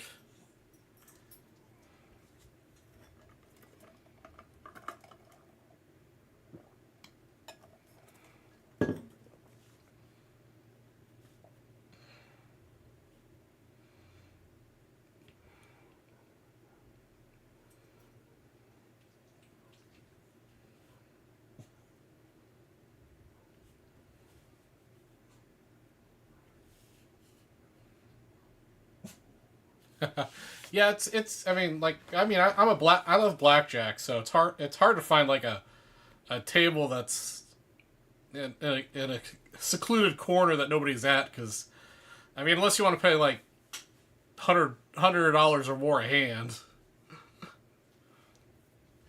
And as much as I'd love to be able to do that, that's not in the budget.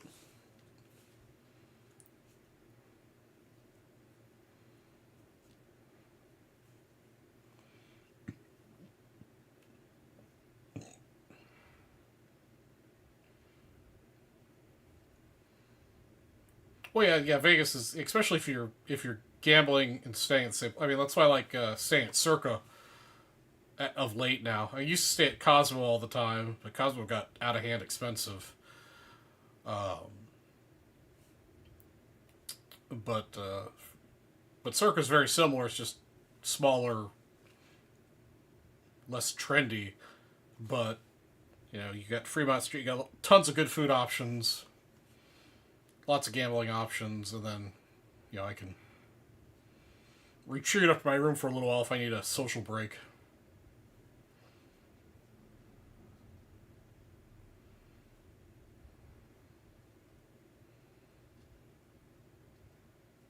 Yeah, I like Circa a lot.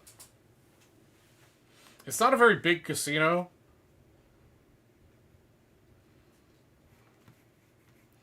but it's got a huge sports book. I think I've sent you pictures of the sports book there when I'm there.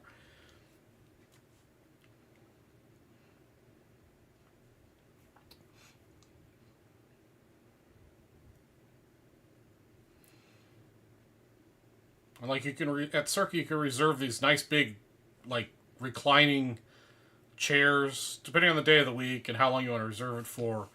It can be like $100 to $500, and it's not just like a fee that you just are dumping in the trash can. It's a food and beverage credit. So, if you're there for a long time, at Vegas prices for drinks and food, you could still even have two meals and a bunch of drinks for the lower price. And yeah, if you're spending $500 on one of the busier weekends for a full day, yeah, you may not spend $500 with food and beverage, but you still get at least some of that money back.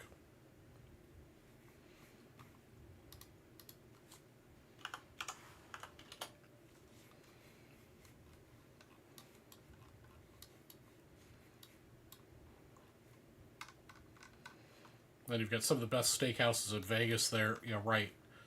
Um, you're right there in the building. You've got Barry's, and then you've got Oscars right across the street at the Plaza, which I would challenge anyone to say those aren't top-notch steakhouses.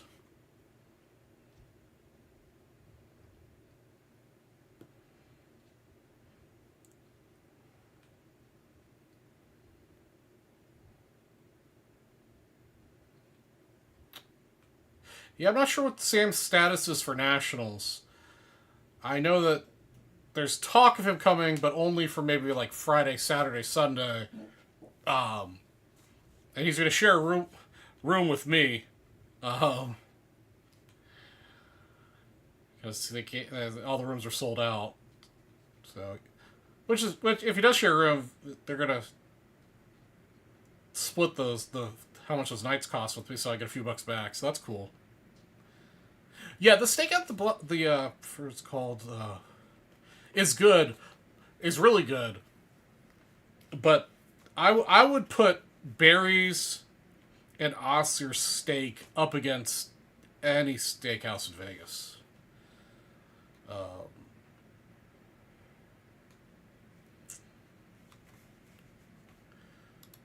The what's the name of the steakhouse at Resorts World? Um, um, Carver steak is good at Resorts World, but I think I like Barry's and Oscars more. But actually, the best steak in town, the Golden Steer, for not only the best steak but ambiance. But you got to make a reservation months in advance.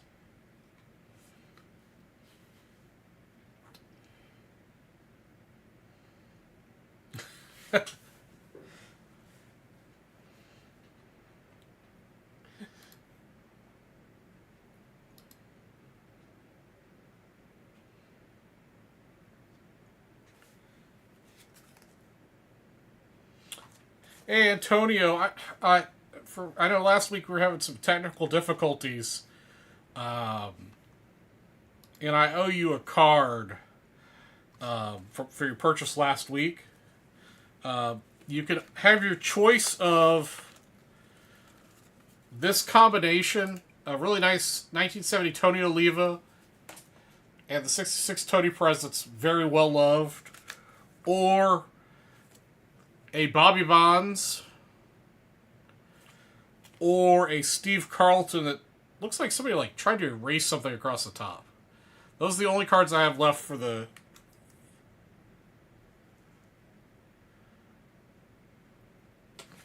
So you get this pair or one of these. Let me know which one you like the most, and I'll set. You know we talk about food here all the time, Jeff.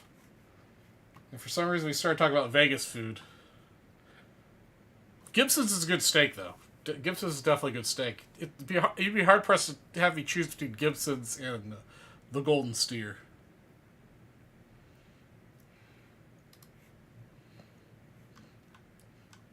But now, if you want good, like modern Italian, Brezza at Resorts World is fantastic.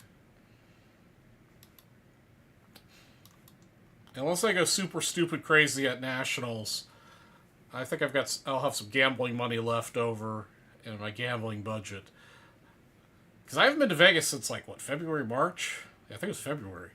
So I've seriously got the itch to go back and spend a weekend there.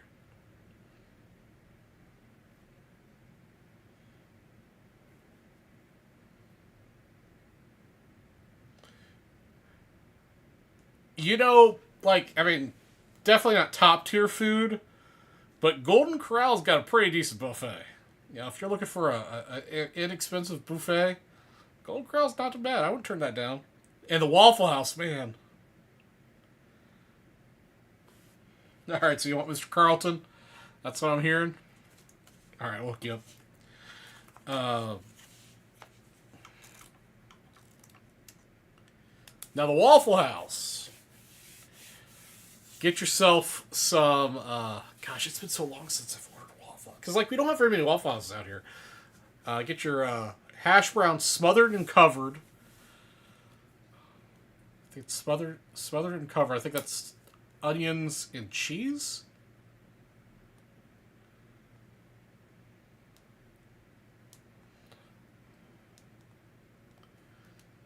And obviously their waffles. Their waffles are good.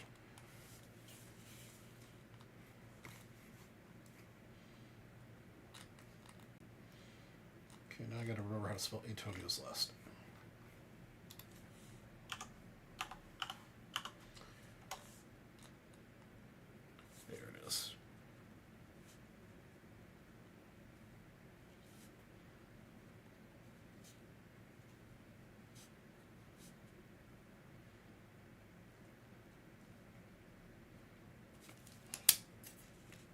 All right, there we go.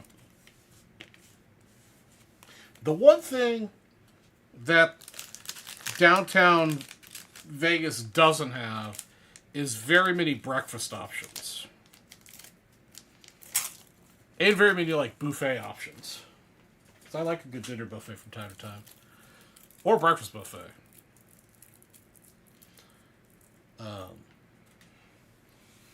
But buffet-wise, you can't. The Win is the best buffet. Although the Bacchanal at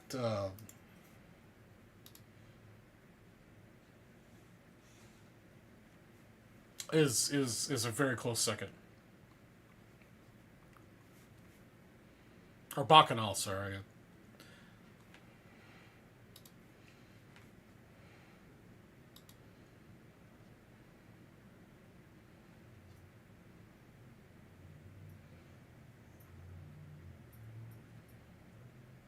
Or those blister packs before you get in the meat department. Oh, no.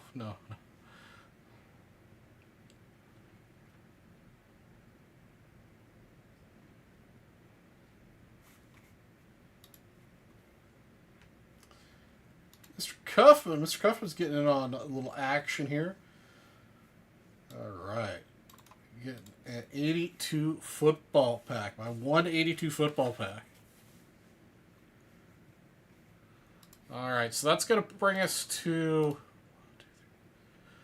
So 7 packs are sold. So we got still 13 more packs to give away that pack bounty.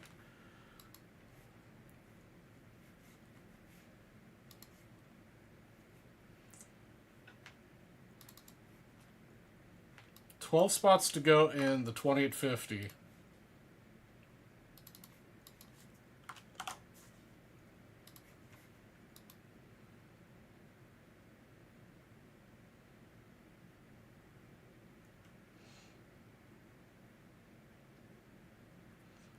I know, I've got another hour. We go till midnight.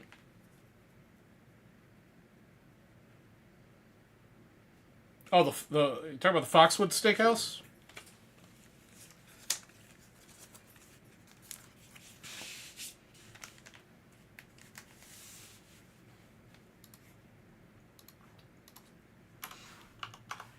Can't say I've ever been to Foxwoods. Alright, LT and Ronnie lot coming up.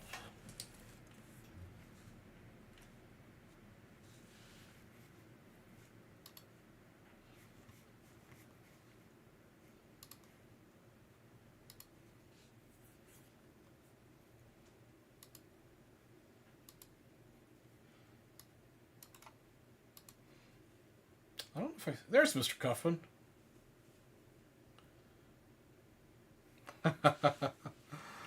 Alright, well, let's see if we can get the LT or Ronnie lot for you, brother.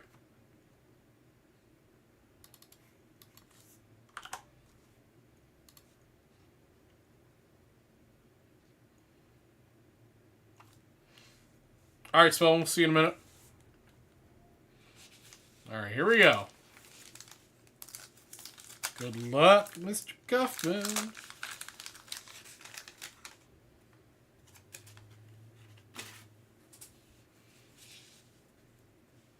Alright, Mr. Butts.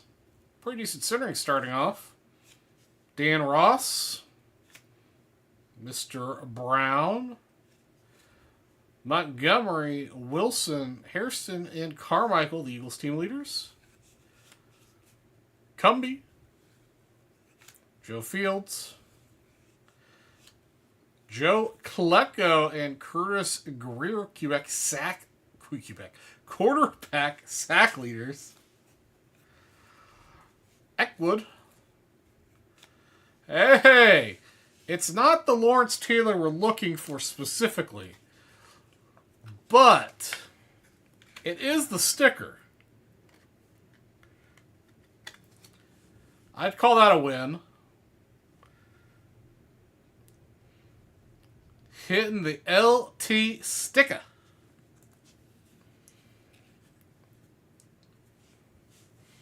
Is the LT card sitting in here too? Brazil. Harris. William Gay. Randy White. Pat Thomas. Rod Perry, and Curtis Dickey. Well, I think I'd still call this a win for picking up the LT sticker. As usual, super far off center. But a pack fresh LT sticker. Nicely done. Very nice.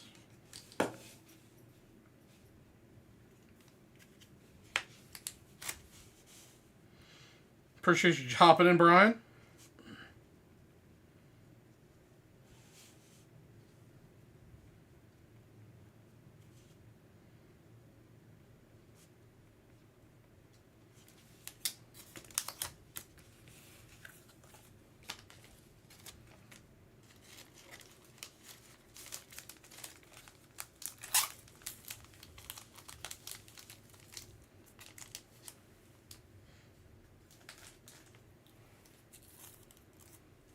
Damn what?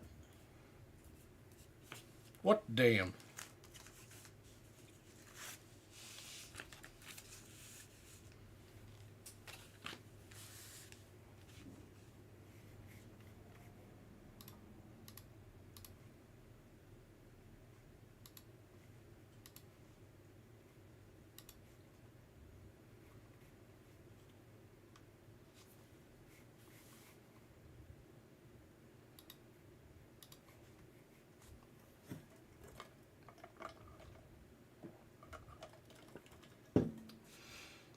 And guys, we got 13 packs more we got to open to give away those 3 set break spots.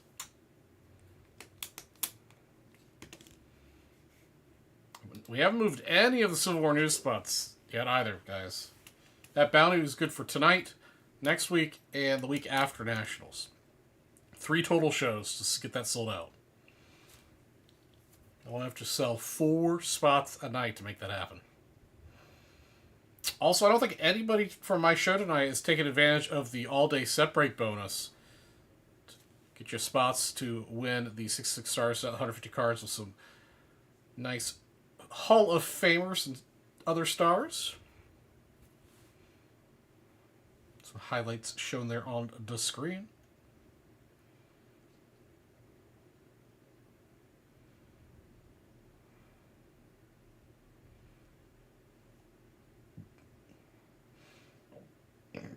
Oh, excuse me.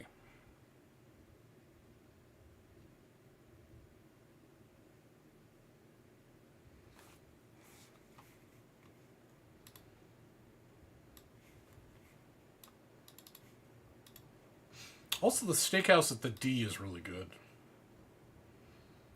on Fremont Street.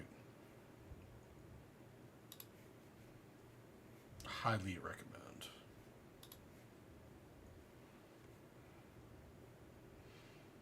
I totally do not have a Vegas addiction.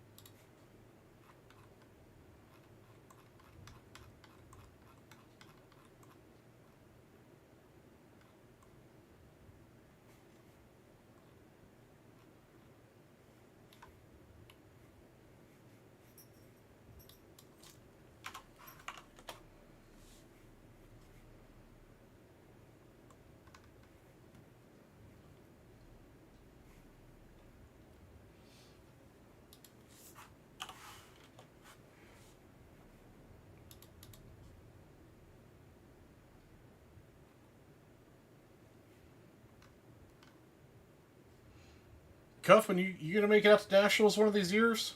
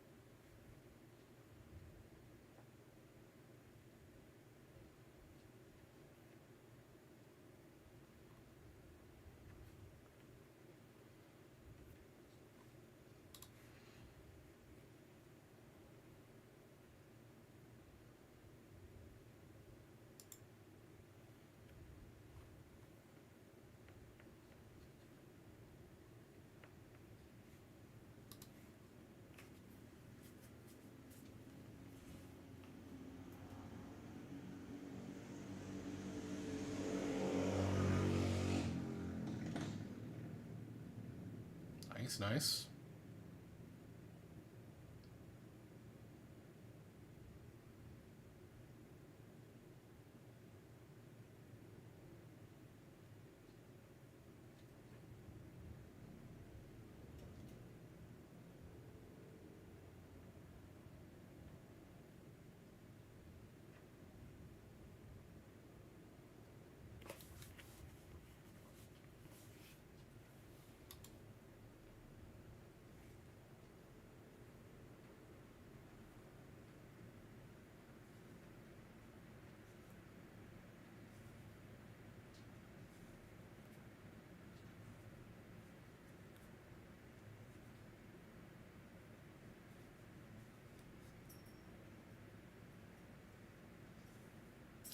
Yeah, very, very high. Very, very high. Very hard to grade high, the stickers.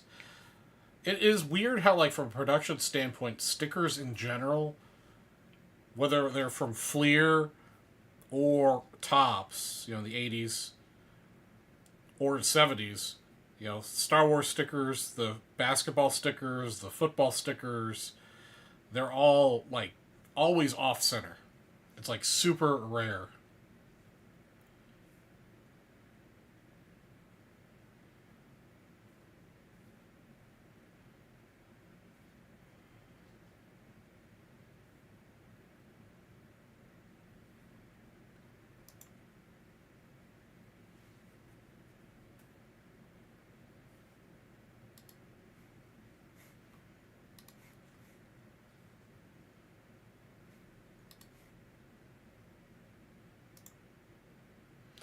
You have not yet won, Chef.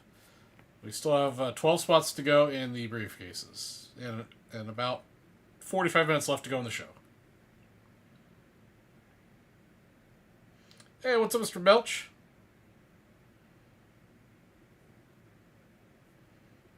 Panini 76 Olympics. I'm unfamiliar with that set.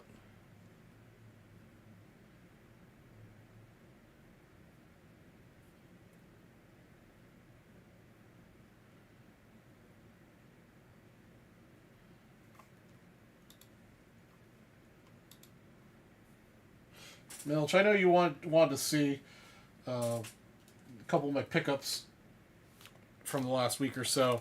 I finally got my first Type 1 Ernie Banks photo. I've got to send it in to get confirmation it's Type 1.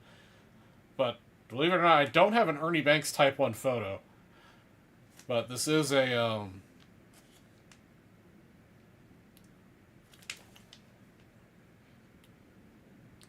at least based on the markings and everything, it's a Type 1 photo. So that's cool. This is from 1965.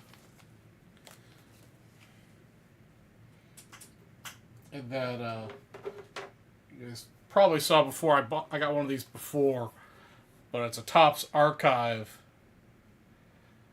Topps file copy of the 1961 set, which features the All-Star Ernie Banks two cards, front and back.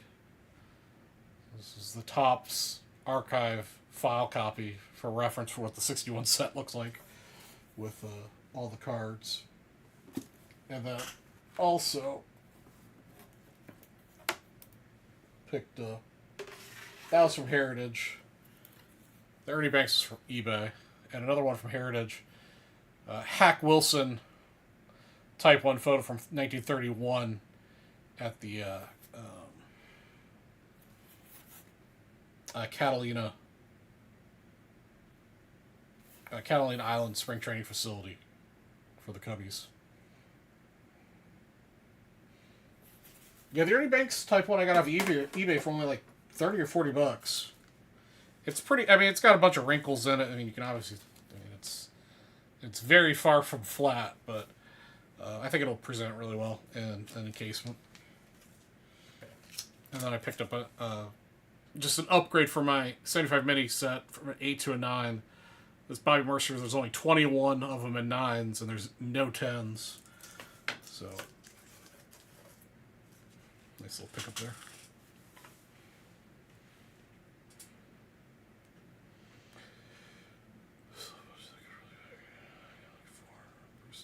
$476 Bruce Journal cards? Wow.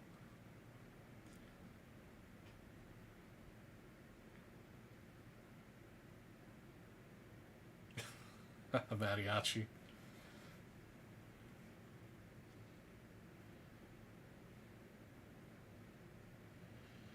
Let's see.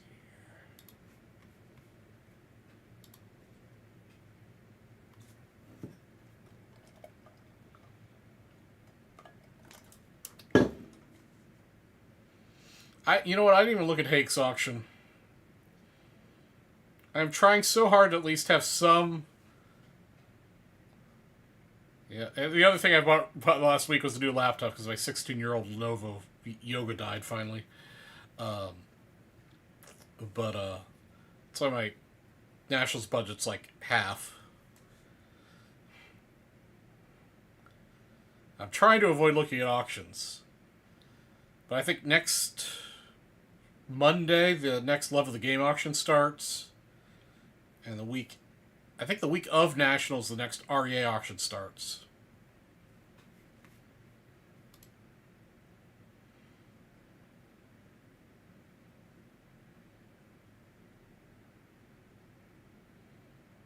Is there anything at Hakes that you're watching, Melch?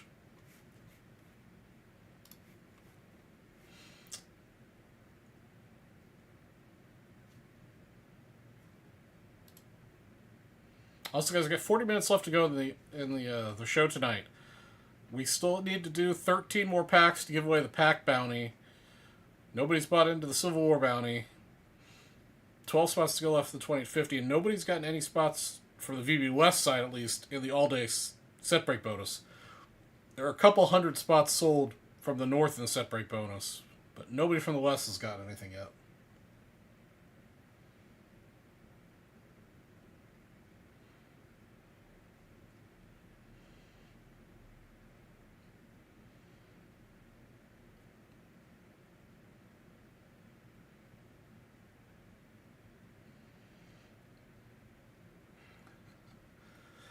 I mean, now that you've mentioned it, I'll probably go look at the Hakes auction just because I have to.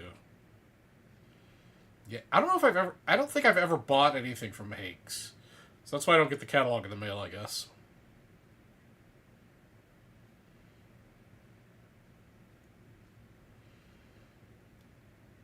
I get the Mile High, the Memory Lane, REA, Love of the Game, and Hunt auction catalogs in the mail still.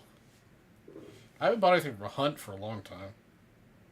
Actually, I think the last Hunt auction thing was my the Scoops box I bought. It was the last thing I bought, and I bought that 2 or 3 years ago now.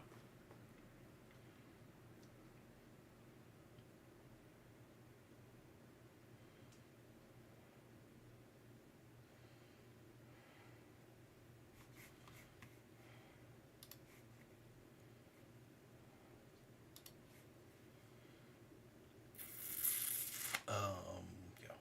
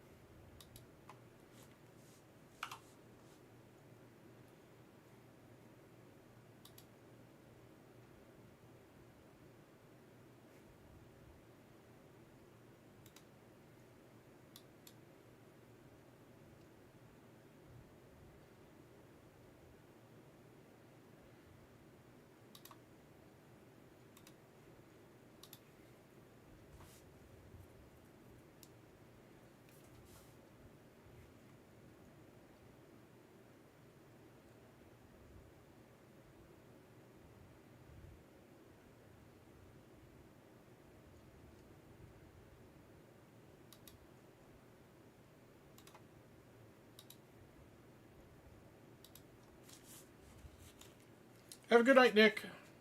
Catch you next week.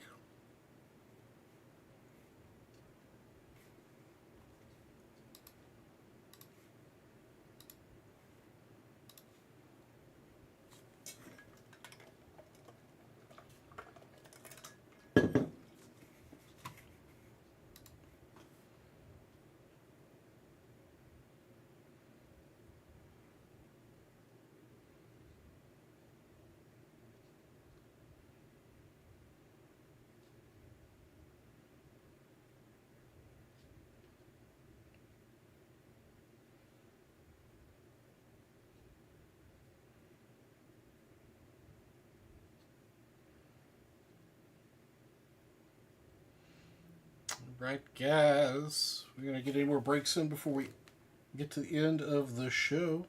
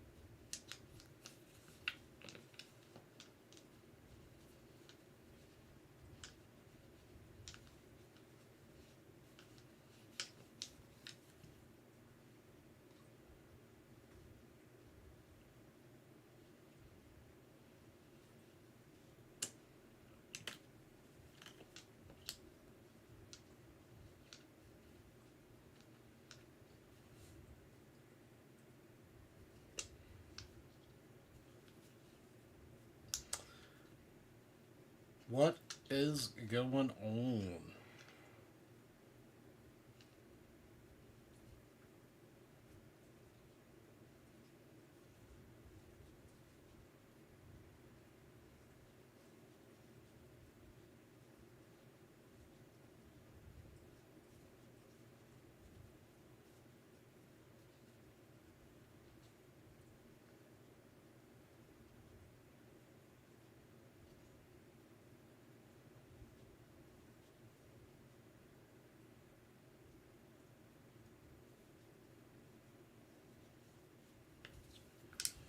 Let's see. I've got to give away briefcases. I've got to do the all-day set break bonus.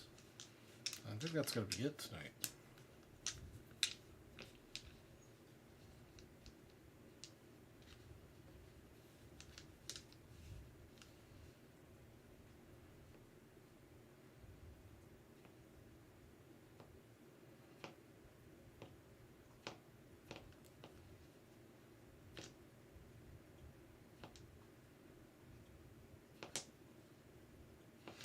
Who else we still got here?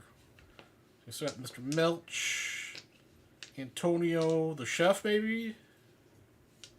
Cuffman? Spellman? I think Spellman said he was doing some stuff before he came back.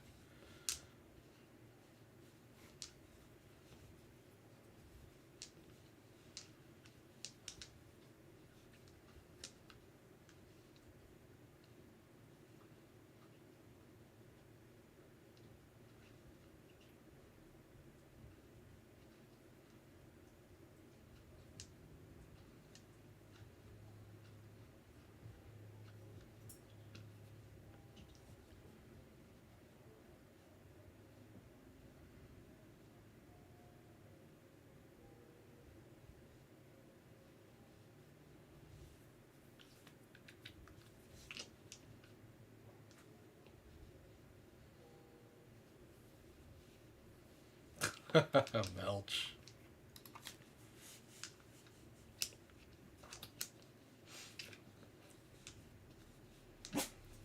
You make any pickups lately, Melch? Got any fun adventures in your near future?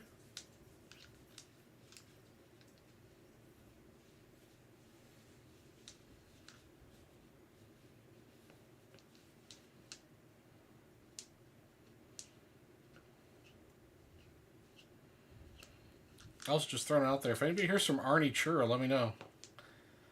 I've personally not been able to get a hold of him for months. I think somebody here a couple weeks ago said they at least heard from him. But kind of be nice to hear an update on what's going on with Mr. Arnie.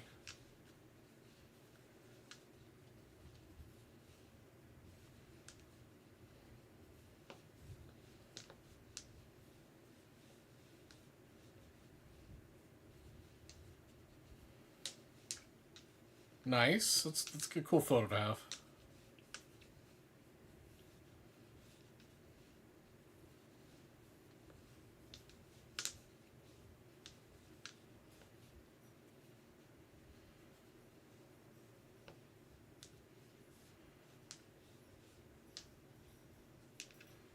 Yeah, at this point, I'm assuming that he's not doing anything for national. Oh, he's probably not. I don't even know if he's going to nationals anymore, but I'm assuming he's not going to arrange a Cubs outing, which is fine. You know, if he's got shit going on, he's got shit going on. What's up, Mr. Perry? That just sucks that we haven't heard from him for so long. Worry about him.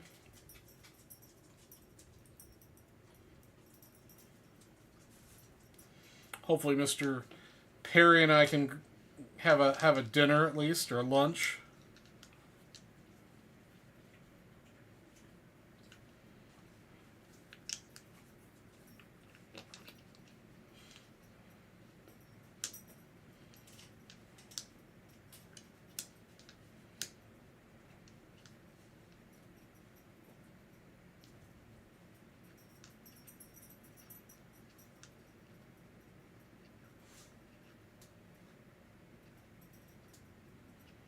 Yeah, I saw, like, before I signed on when I was catching up with some of my social media stuff, I saw somebody post like a giant wall of text about, like, literally, I want to say hundreds of thousands of fake autos. But I could have I didn't read the article because it was like too massive.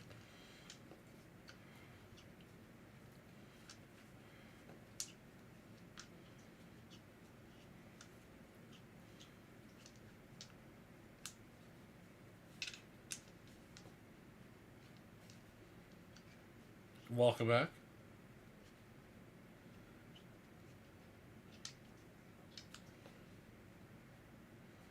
Yeah, no worries, Mr. Perry. If we don't go, we don't go.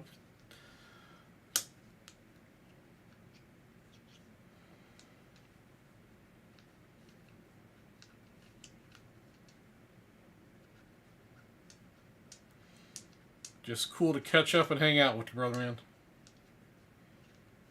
Get some good food.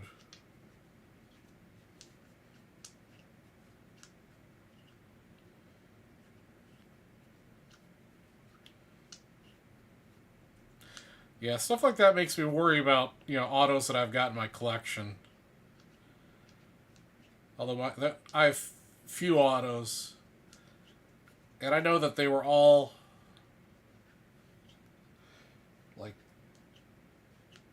like the baseball autos I have. A couple of them were signed in person in front of me by the player, so. And then the other ones I have were bought with certificates of authenticity, but had long since been lost in various moves over the years, and I got them re-authenticated through JSA. So I'm fairly confident I'm not worried about those.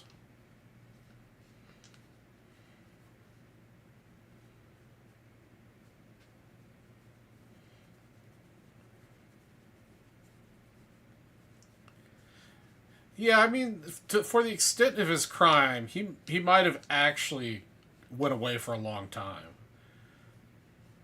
Uh, you're not going to go to jail.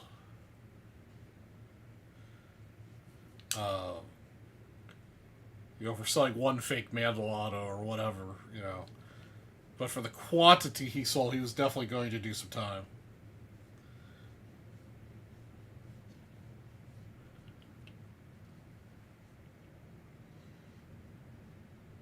Yeah, Melch, yeah, well put. I mean, there's plenty of there are lots of good people in the hobby. You just have to kind of ignore the bad people in the hobby.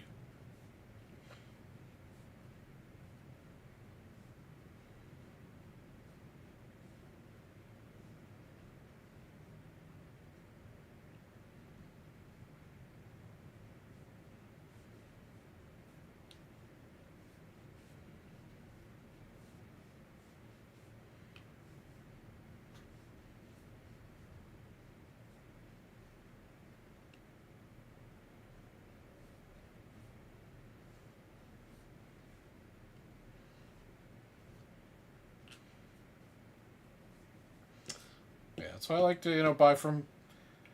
So I prefer to buy from people I've done business with before, and again, I trust my gut. If a dealer gives me the heebie-jeebies, then I just don't buy from them.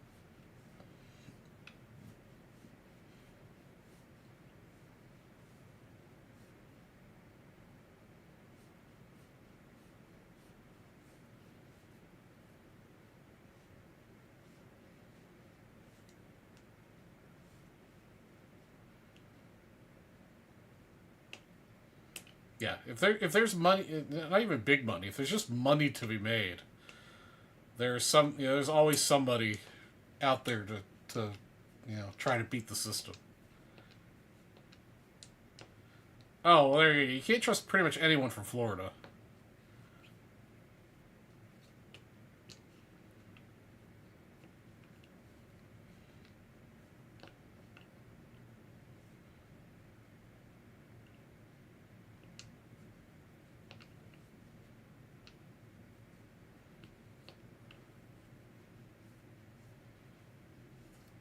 All right, guys, 20-ish minutes left of the show. Anybody else want to get in on anything? Let's get something on. Oh, yeah, what actor you're looking for?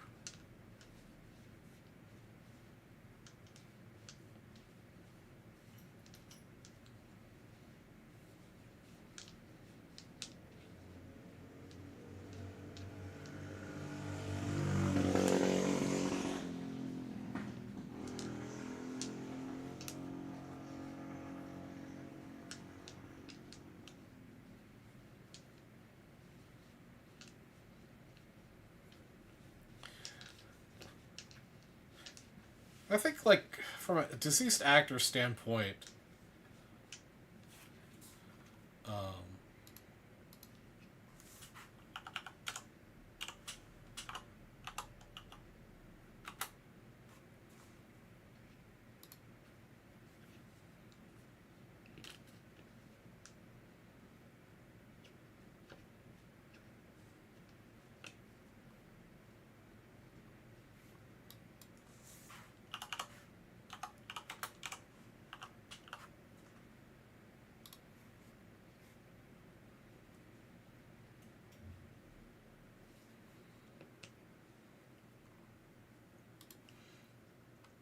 I think, like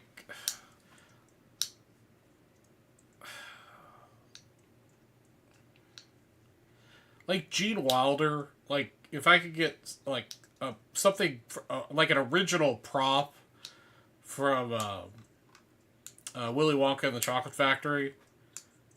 It's one of my all-time favorite movies. That would be cool.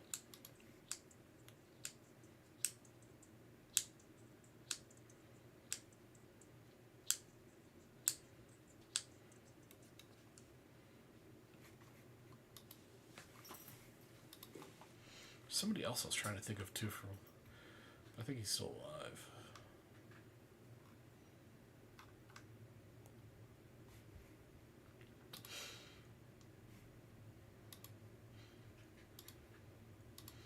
Yeah, I think that's the first one that comes to mind.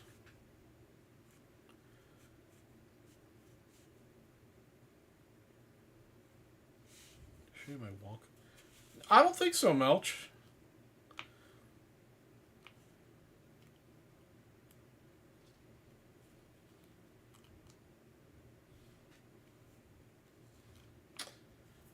Yeah, the original with Gene Wilder, the one with Johnny Depp was also good. I don't particularly like the new the Wonka movie. I don't know, it just doesn't resonate with me like the original, especially the original one. But yeah, Johnny Depp played a very good Willy Wonka.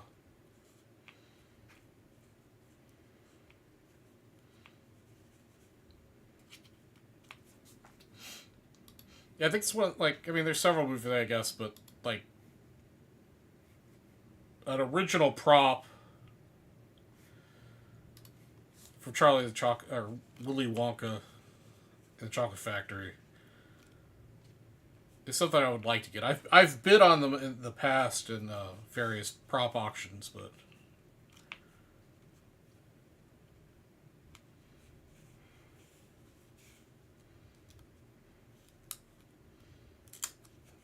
oh yeah, yeah. A lot of people refer to that as the golden ticket.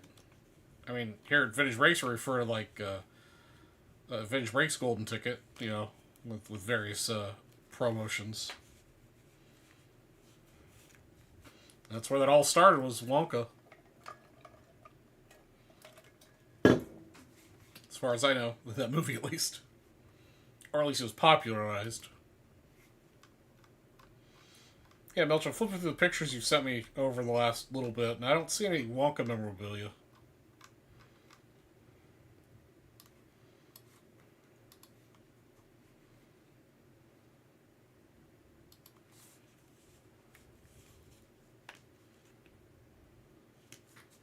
Just resent.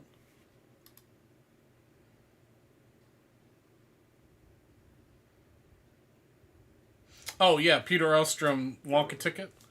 I don't remember you sending that to me before. You might have. That's what.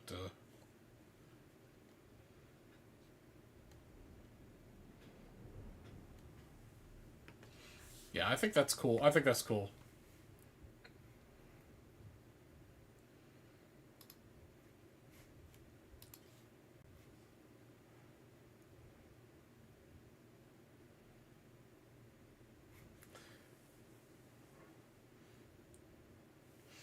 Yeah, I know. At least I know like 24 Chrome has gone down in price. It's still, I think, at an inflated price for what it was originally to be had for, but it's definitely gone down in price.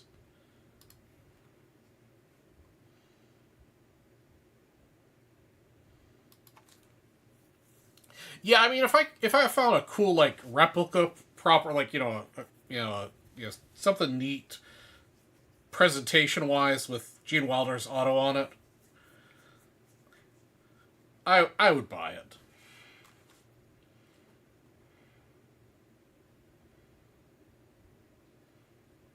I have the same kind of feelings towards like the original three Star Wars, and pretty much any of the primary cast members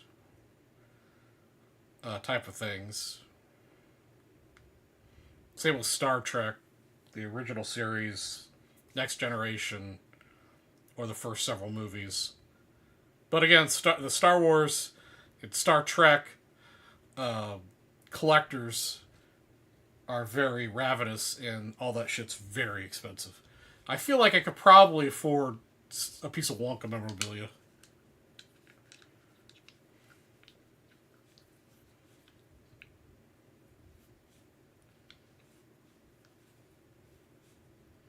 Could be Mike and Wonka. Really? That's interesting.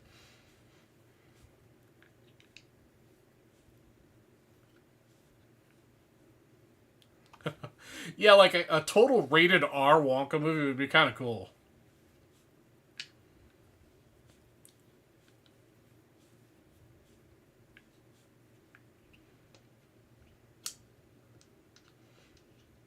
Yeah, it's still an inflated price, but it's like hundreds of dollars less than what they were at the peak.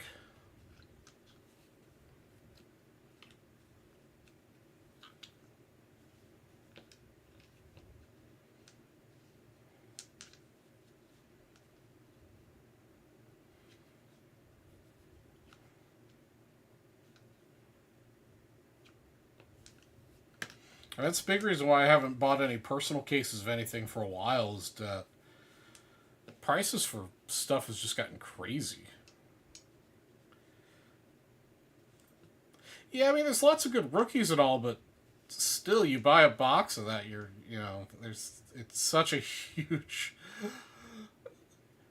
set, and at least I can't remember exactly what the makeup of those boxes were, but if I remember right, they were like the jumbos were only given like one or two numbered cards plus the auto, and like there were less cards than there used to be. It's just not.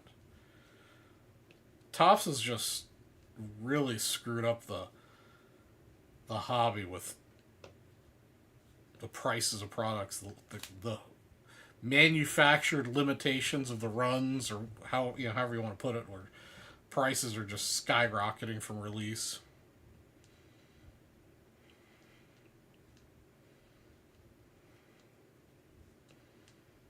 I'm unfamiliar with this movie version, but if anybody's familiar with this movie, let me know what the title is. I'd watch it.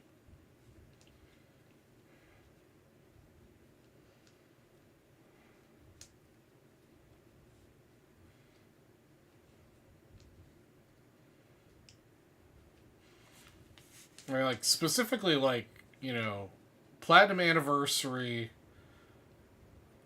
hobby boxes used to be again when they easily had for between like $125 to $150 a box.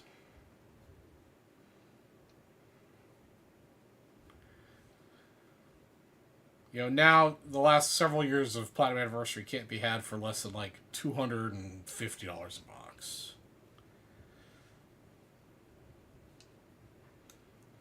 Topps Chrome Black, again, same thing could be had for like $100 to $150 a box. Now it's like $400 a box. Yeah, exactly, Jeff. Yeah, nobody wants a 30-year-old relief pitcher. Yeah, first Bowman should be limited to the actual top, like, high number prospects.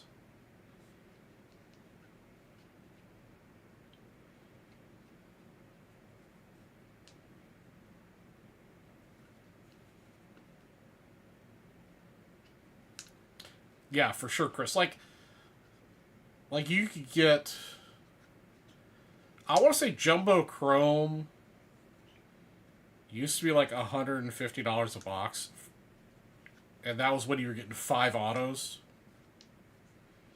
Now you're down to 3 autos in a Jumbo Chrome, and like 2/3 the cards you used to get. Plus, we've talked about this a lot in the past of the show, how in the before time, which wasn't that long ago, there was only one of one of each player. There wasn't like 5 different variations of the 101. Or like with the, cards numbered to 5, there weren't 5 different variations of the cards numbered to 5. There wasn't the base, a lava, a wave, a shimmer, a shake, a whatever, and a whatever. So instead of, a card 1 of 5 that's red, it's one of really like 30 or 40 cards. Yeah. Obviously, all players aren't going to be huge hits or prospects, but at least give me like just like the top 100 prospects in a Bowman First product. Like, not the free agent that's been in the minors for 1,000 years.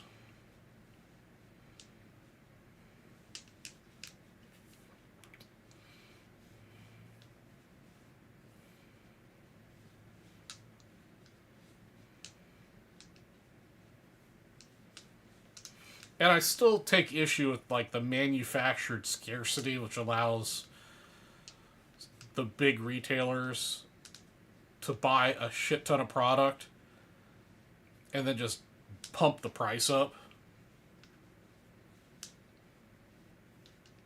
Like that doesn't happen in any other retail entity. Like, like Best Buy doesn't buy every Nintendo Switch from Nintendo and then jack the price up because they're in high demand. Yeah, they sell out quickly when they get them in, but they sell for the retail price. And then, people on the secondary market jack it up and try to resell it. But at least there's constantly a chance to buy it at the retail price.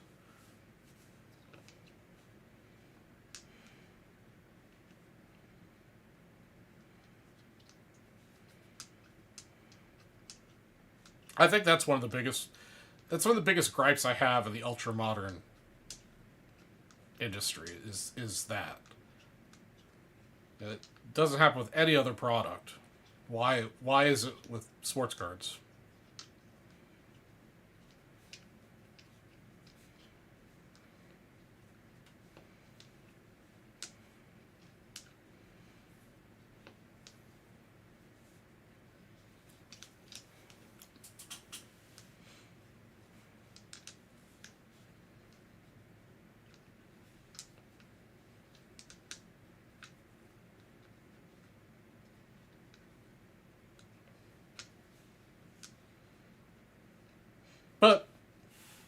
As you guys know, I'm a vintage guy at heart, and the ultramodern stuff is just scratch the itch to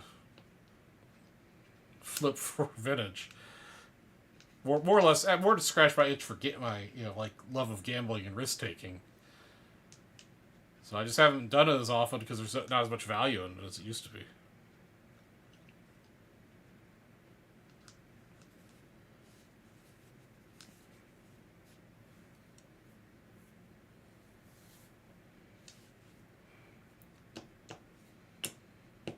Alright guys, about 10 minutes left. Last opportunities to get in on the all-day separate bonus. Again, I don't think anybody from the West show's gotten into it.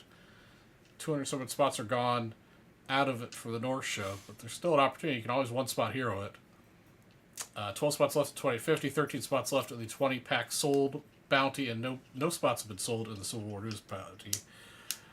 That one does carry over to 2 more shows to try to get that sold out.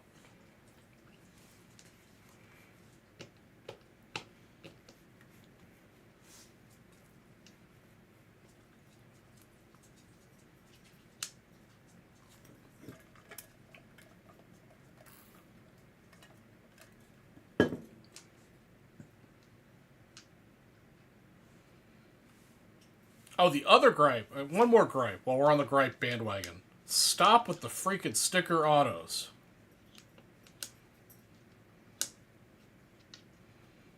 On-card autos only. And get rid of the redemptions.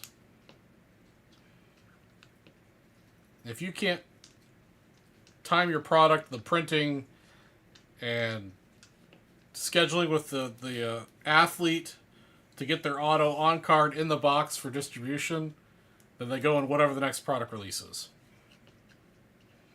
That is just poor planning on your part to not get the autos in the boxes.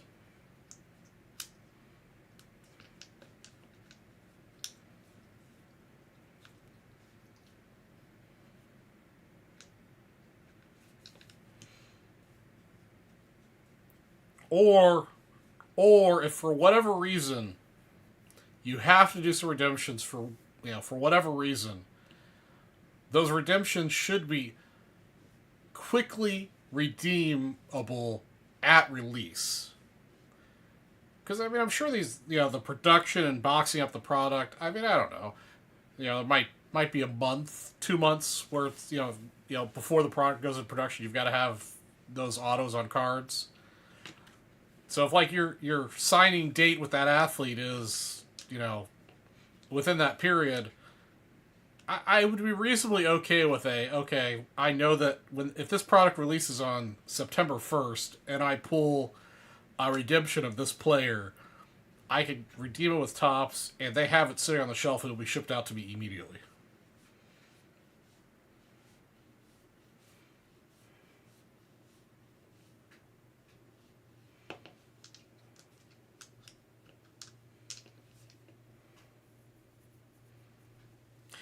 Yeah, Bowman products, the paper should be reduced because I don't think anybody really collects Bowman paper.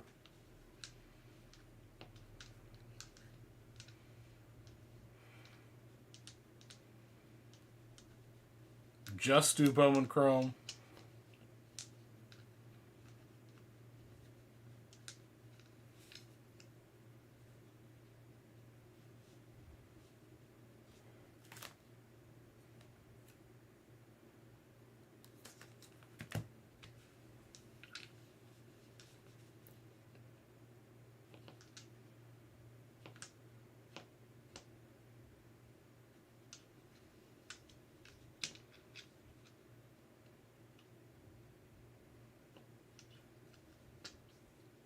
It is in fact almost night. Oh, almost that time. I can't say that word otherwise Oreo gets excited.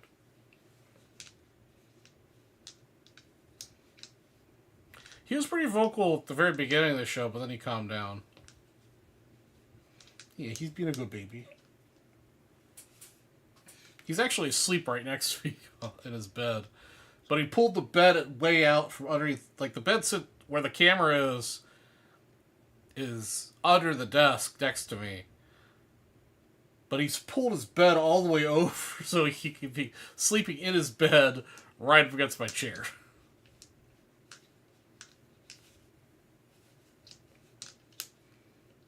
He's a weirdo.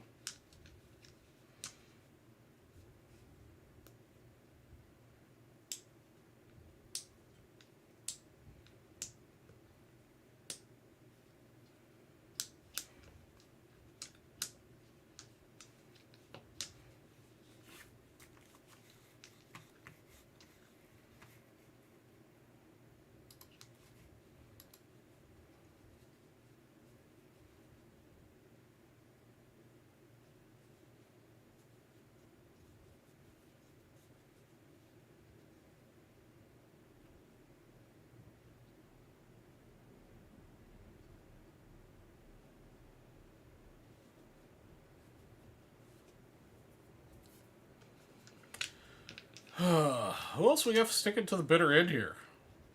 Just Chris Brown and Spellman? I mean, it looks like there's 8 or 9 people in chat. But only the West OGs are keeping the chat alive.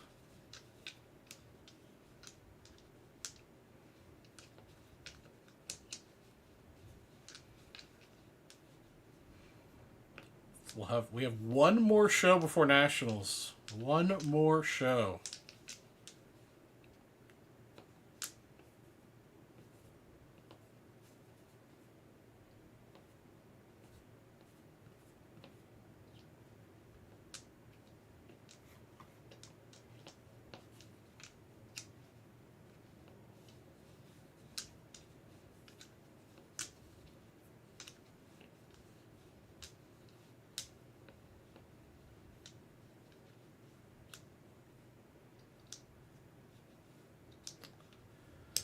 It has shown up on one website's release schedule.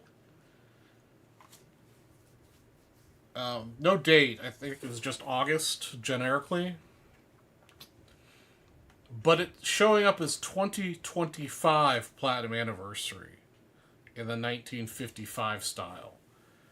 So, my question that's still, like, unresolved is it going to be the 2025 player class, or is that a mistype and it's actually 2024 Platinum Anniversary with the 24 player class? If it's the 2020, I mean, again, anybody hears anything, sees anything, especially when Topps says they're, you can do the pre-order on Topps' website, please tell me. Text me, Facebook me, email me, because I so often miss the Topps emails that say when something's going on sale. And I mean, either way, whether it's the 25 class or the 24 class, I will buy some for myself.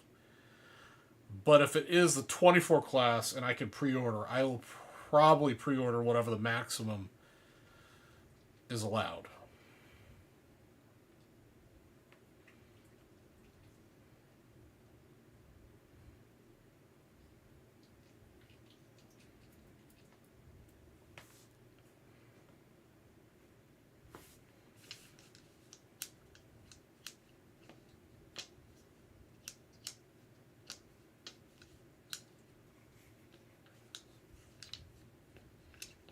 Yeah, it's going to be interesting to see how they handle the sideways cards. Because Topps has not released a sideways card set since 56. Or, no, 60. Yeah, 60 was all sideways.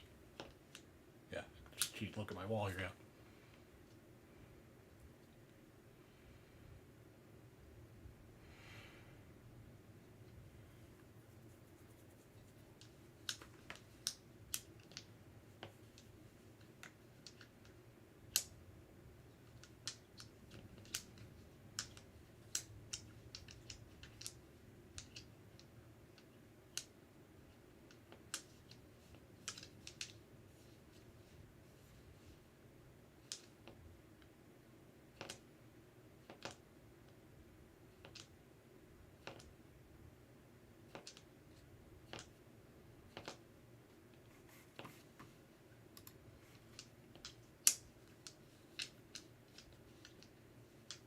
All right, have a good night, Spellman. We'll see you next week. All right, I guess I'm going to go ahead and do the giveaways and stuff.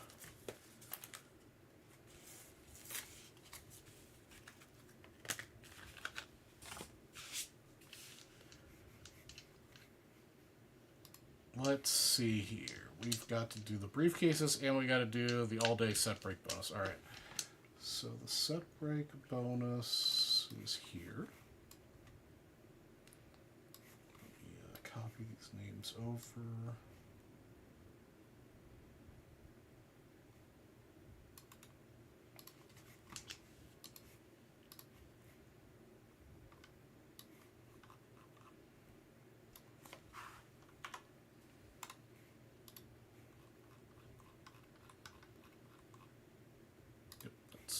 Names.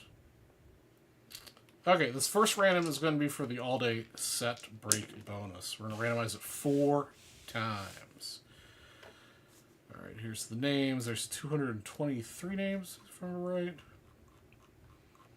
In order of purchase, yeah, down to James Ector. So 4 times. 1, 2, 3, and the list at 4 is right there. Who's in spot number 1? Todd Malinowski. Todd Malinowski wins the starter set. Congratulations, Todd. Looks like you had a ton of spots. Okay. Paste this over here on the master list.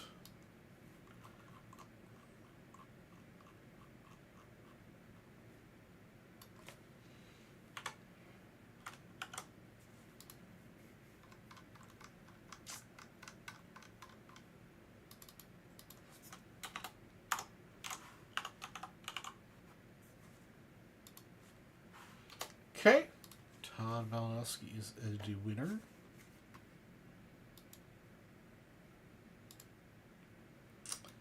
And then we got briefcases to give away. So that going here. Oops. First I have to find said briefcases.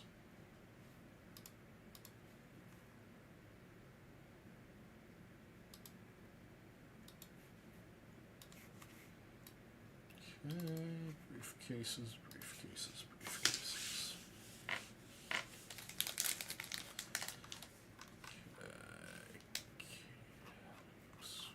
How many cases do we get? Oh, we got to give me a whole bunch. Todd got a bunch. Steve. 7. Oh, man. Tippin's in here. All right. Haven't seen Brett around for a hot minute. All right. Here we go. Good luck, everybody. First one's for Todd Malinowski. Case number 2. Starting off weak sauce with a white. What's whites today, guys? 1,000 points, 60 set break spot. I think the 60 set break sold out, so they'll probably give you credit or into something else equal value. Nathan Oyster, number 5. Another white.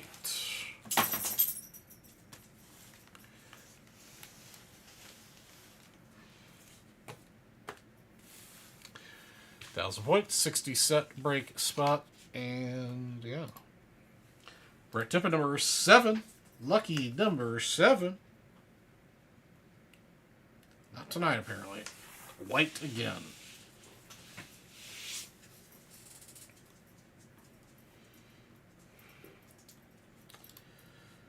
Todd Malinowski number 10. Man, come on, let's see a red.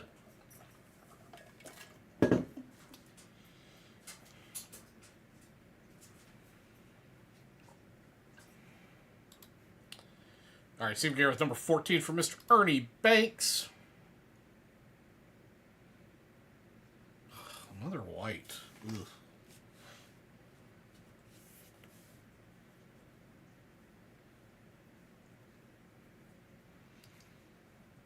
All right, can we get something other than white? Todd Malinowski's at the last 2 cases. You're 33 and 34. There we go. Todd Mount Aussie picking up a red briefcase. Which one of the reds does he get? I didn't even look and see what the reds were today. Willie Stargell, PSA 4. That's pretty nice. Good little Willie Stargell. Willie Stargell's one of the cards I'm missing out of my 75 mini set. Hard one to get centered. Anybody has a PSA 9 75 mini, hit me up. Alright, 34. Can we do back-to-back reds? Back-to-back? Back-to-back? Maybe? Maybe? Nope, just one red tonight, guys. One red tonight.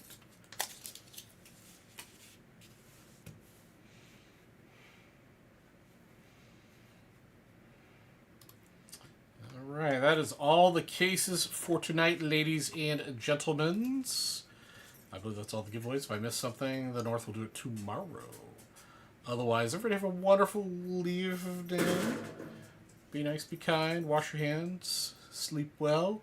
I'll be back on for my last show before the Nationals next Wednesday, 9 to midnight. Y'all have a wonderful week. Talk to you later. Good night, guys.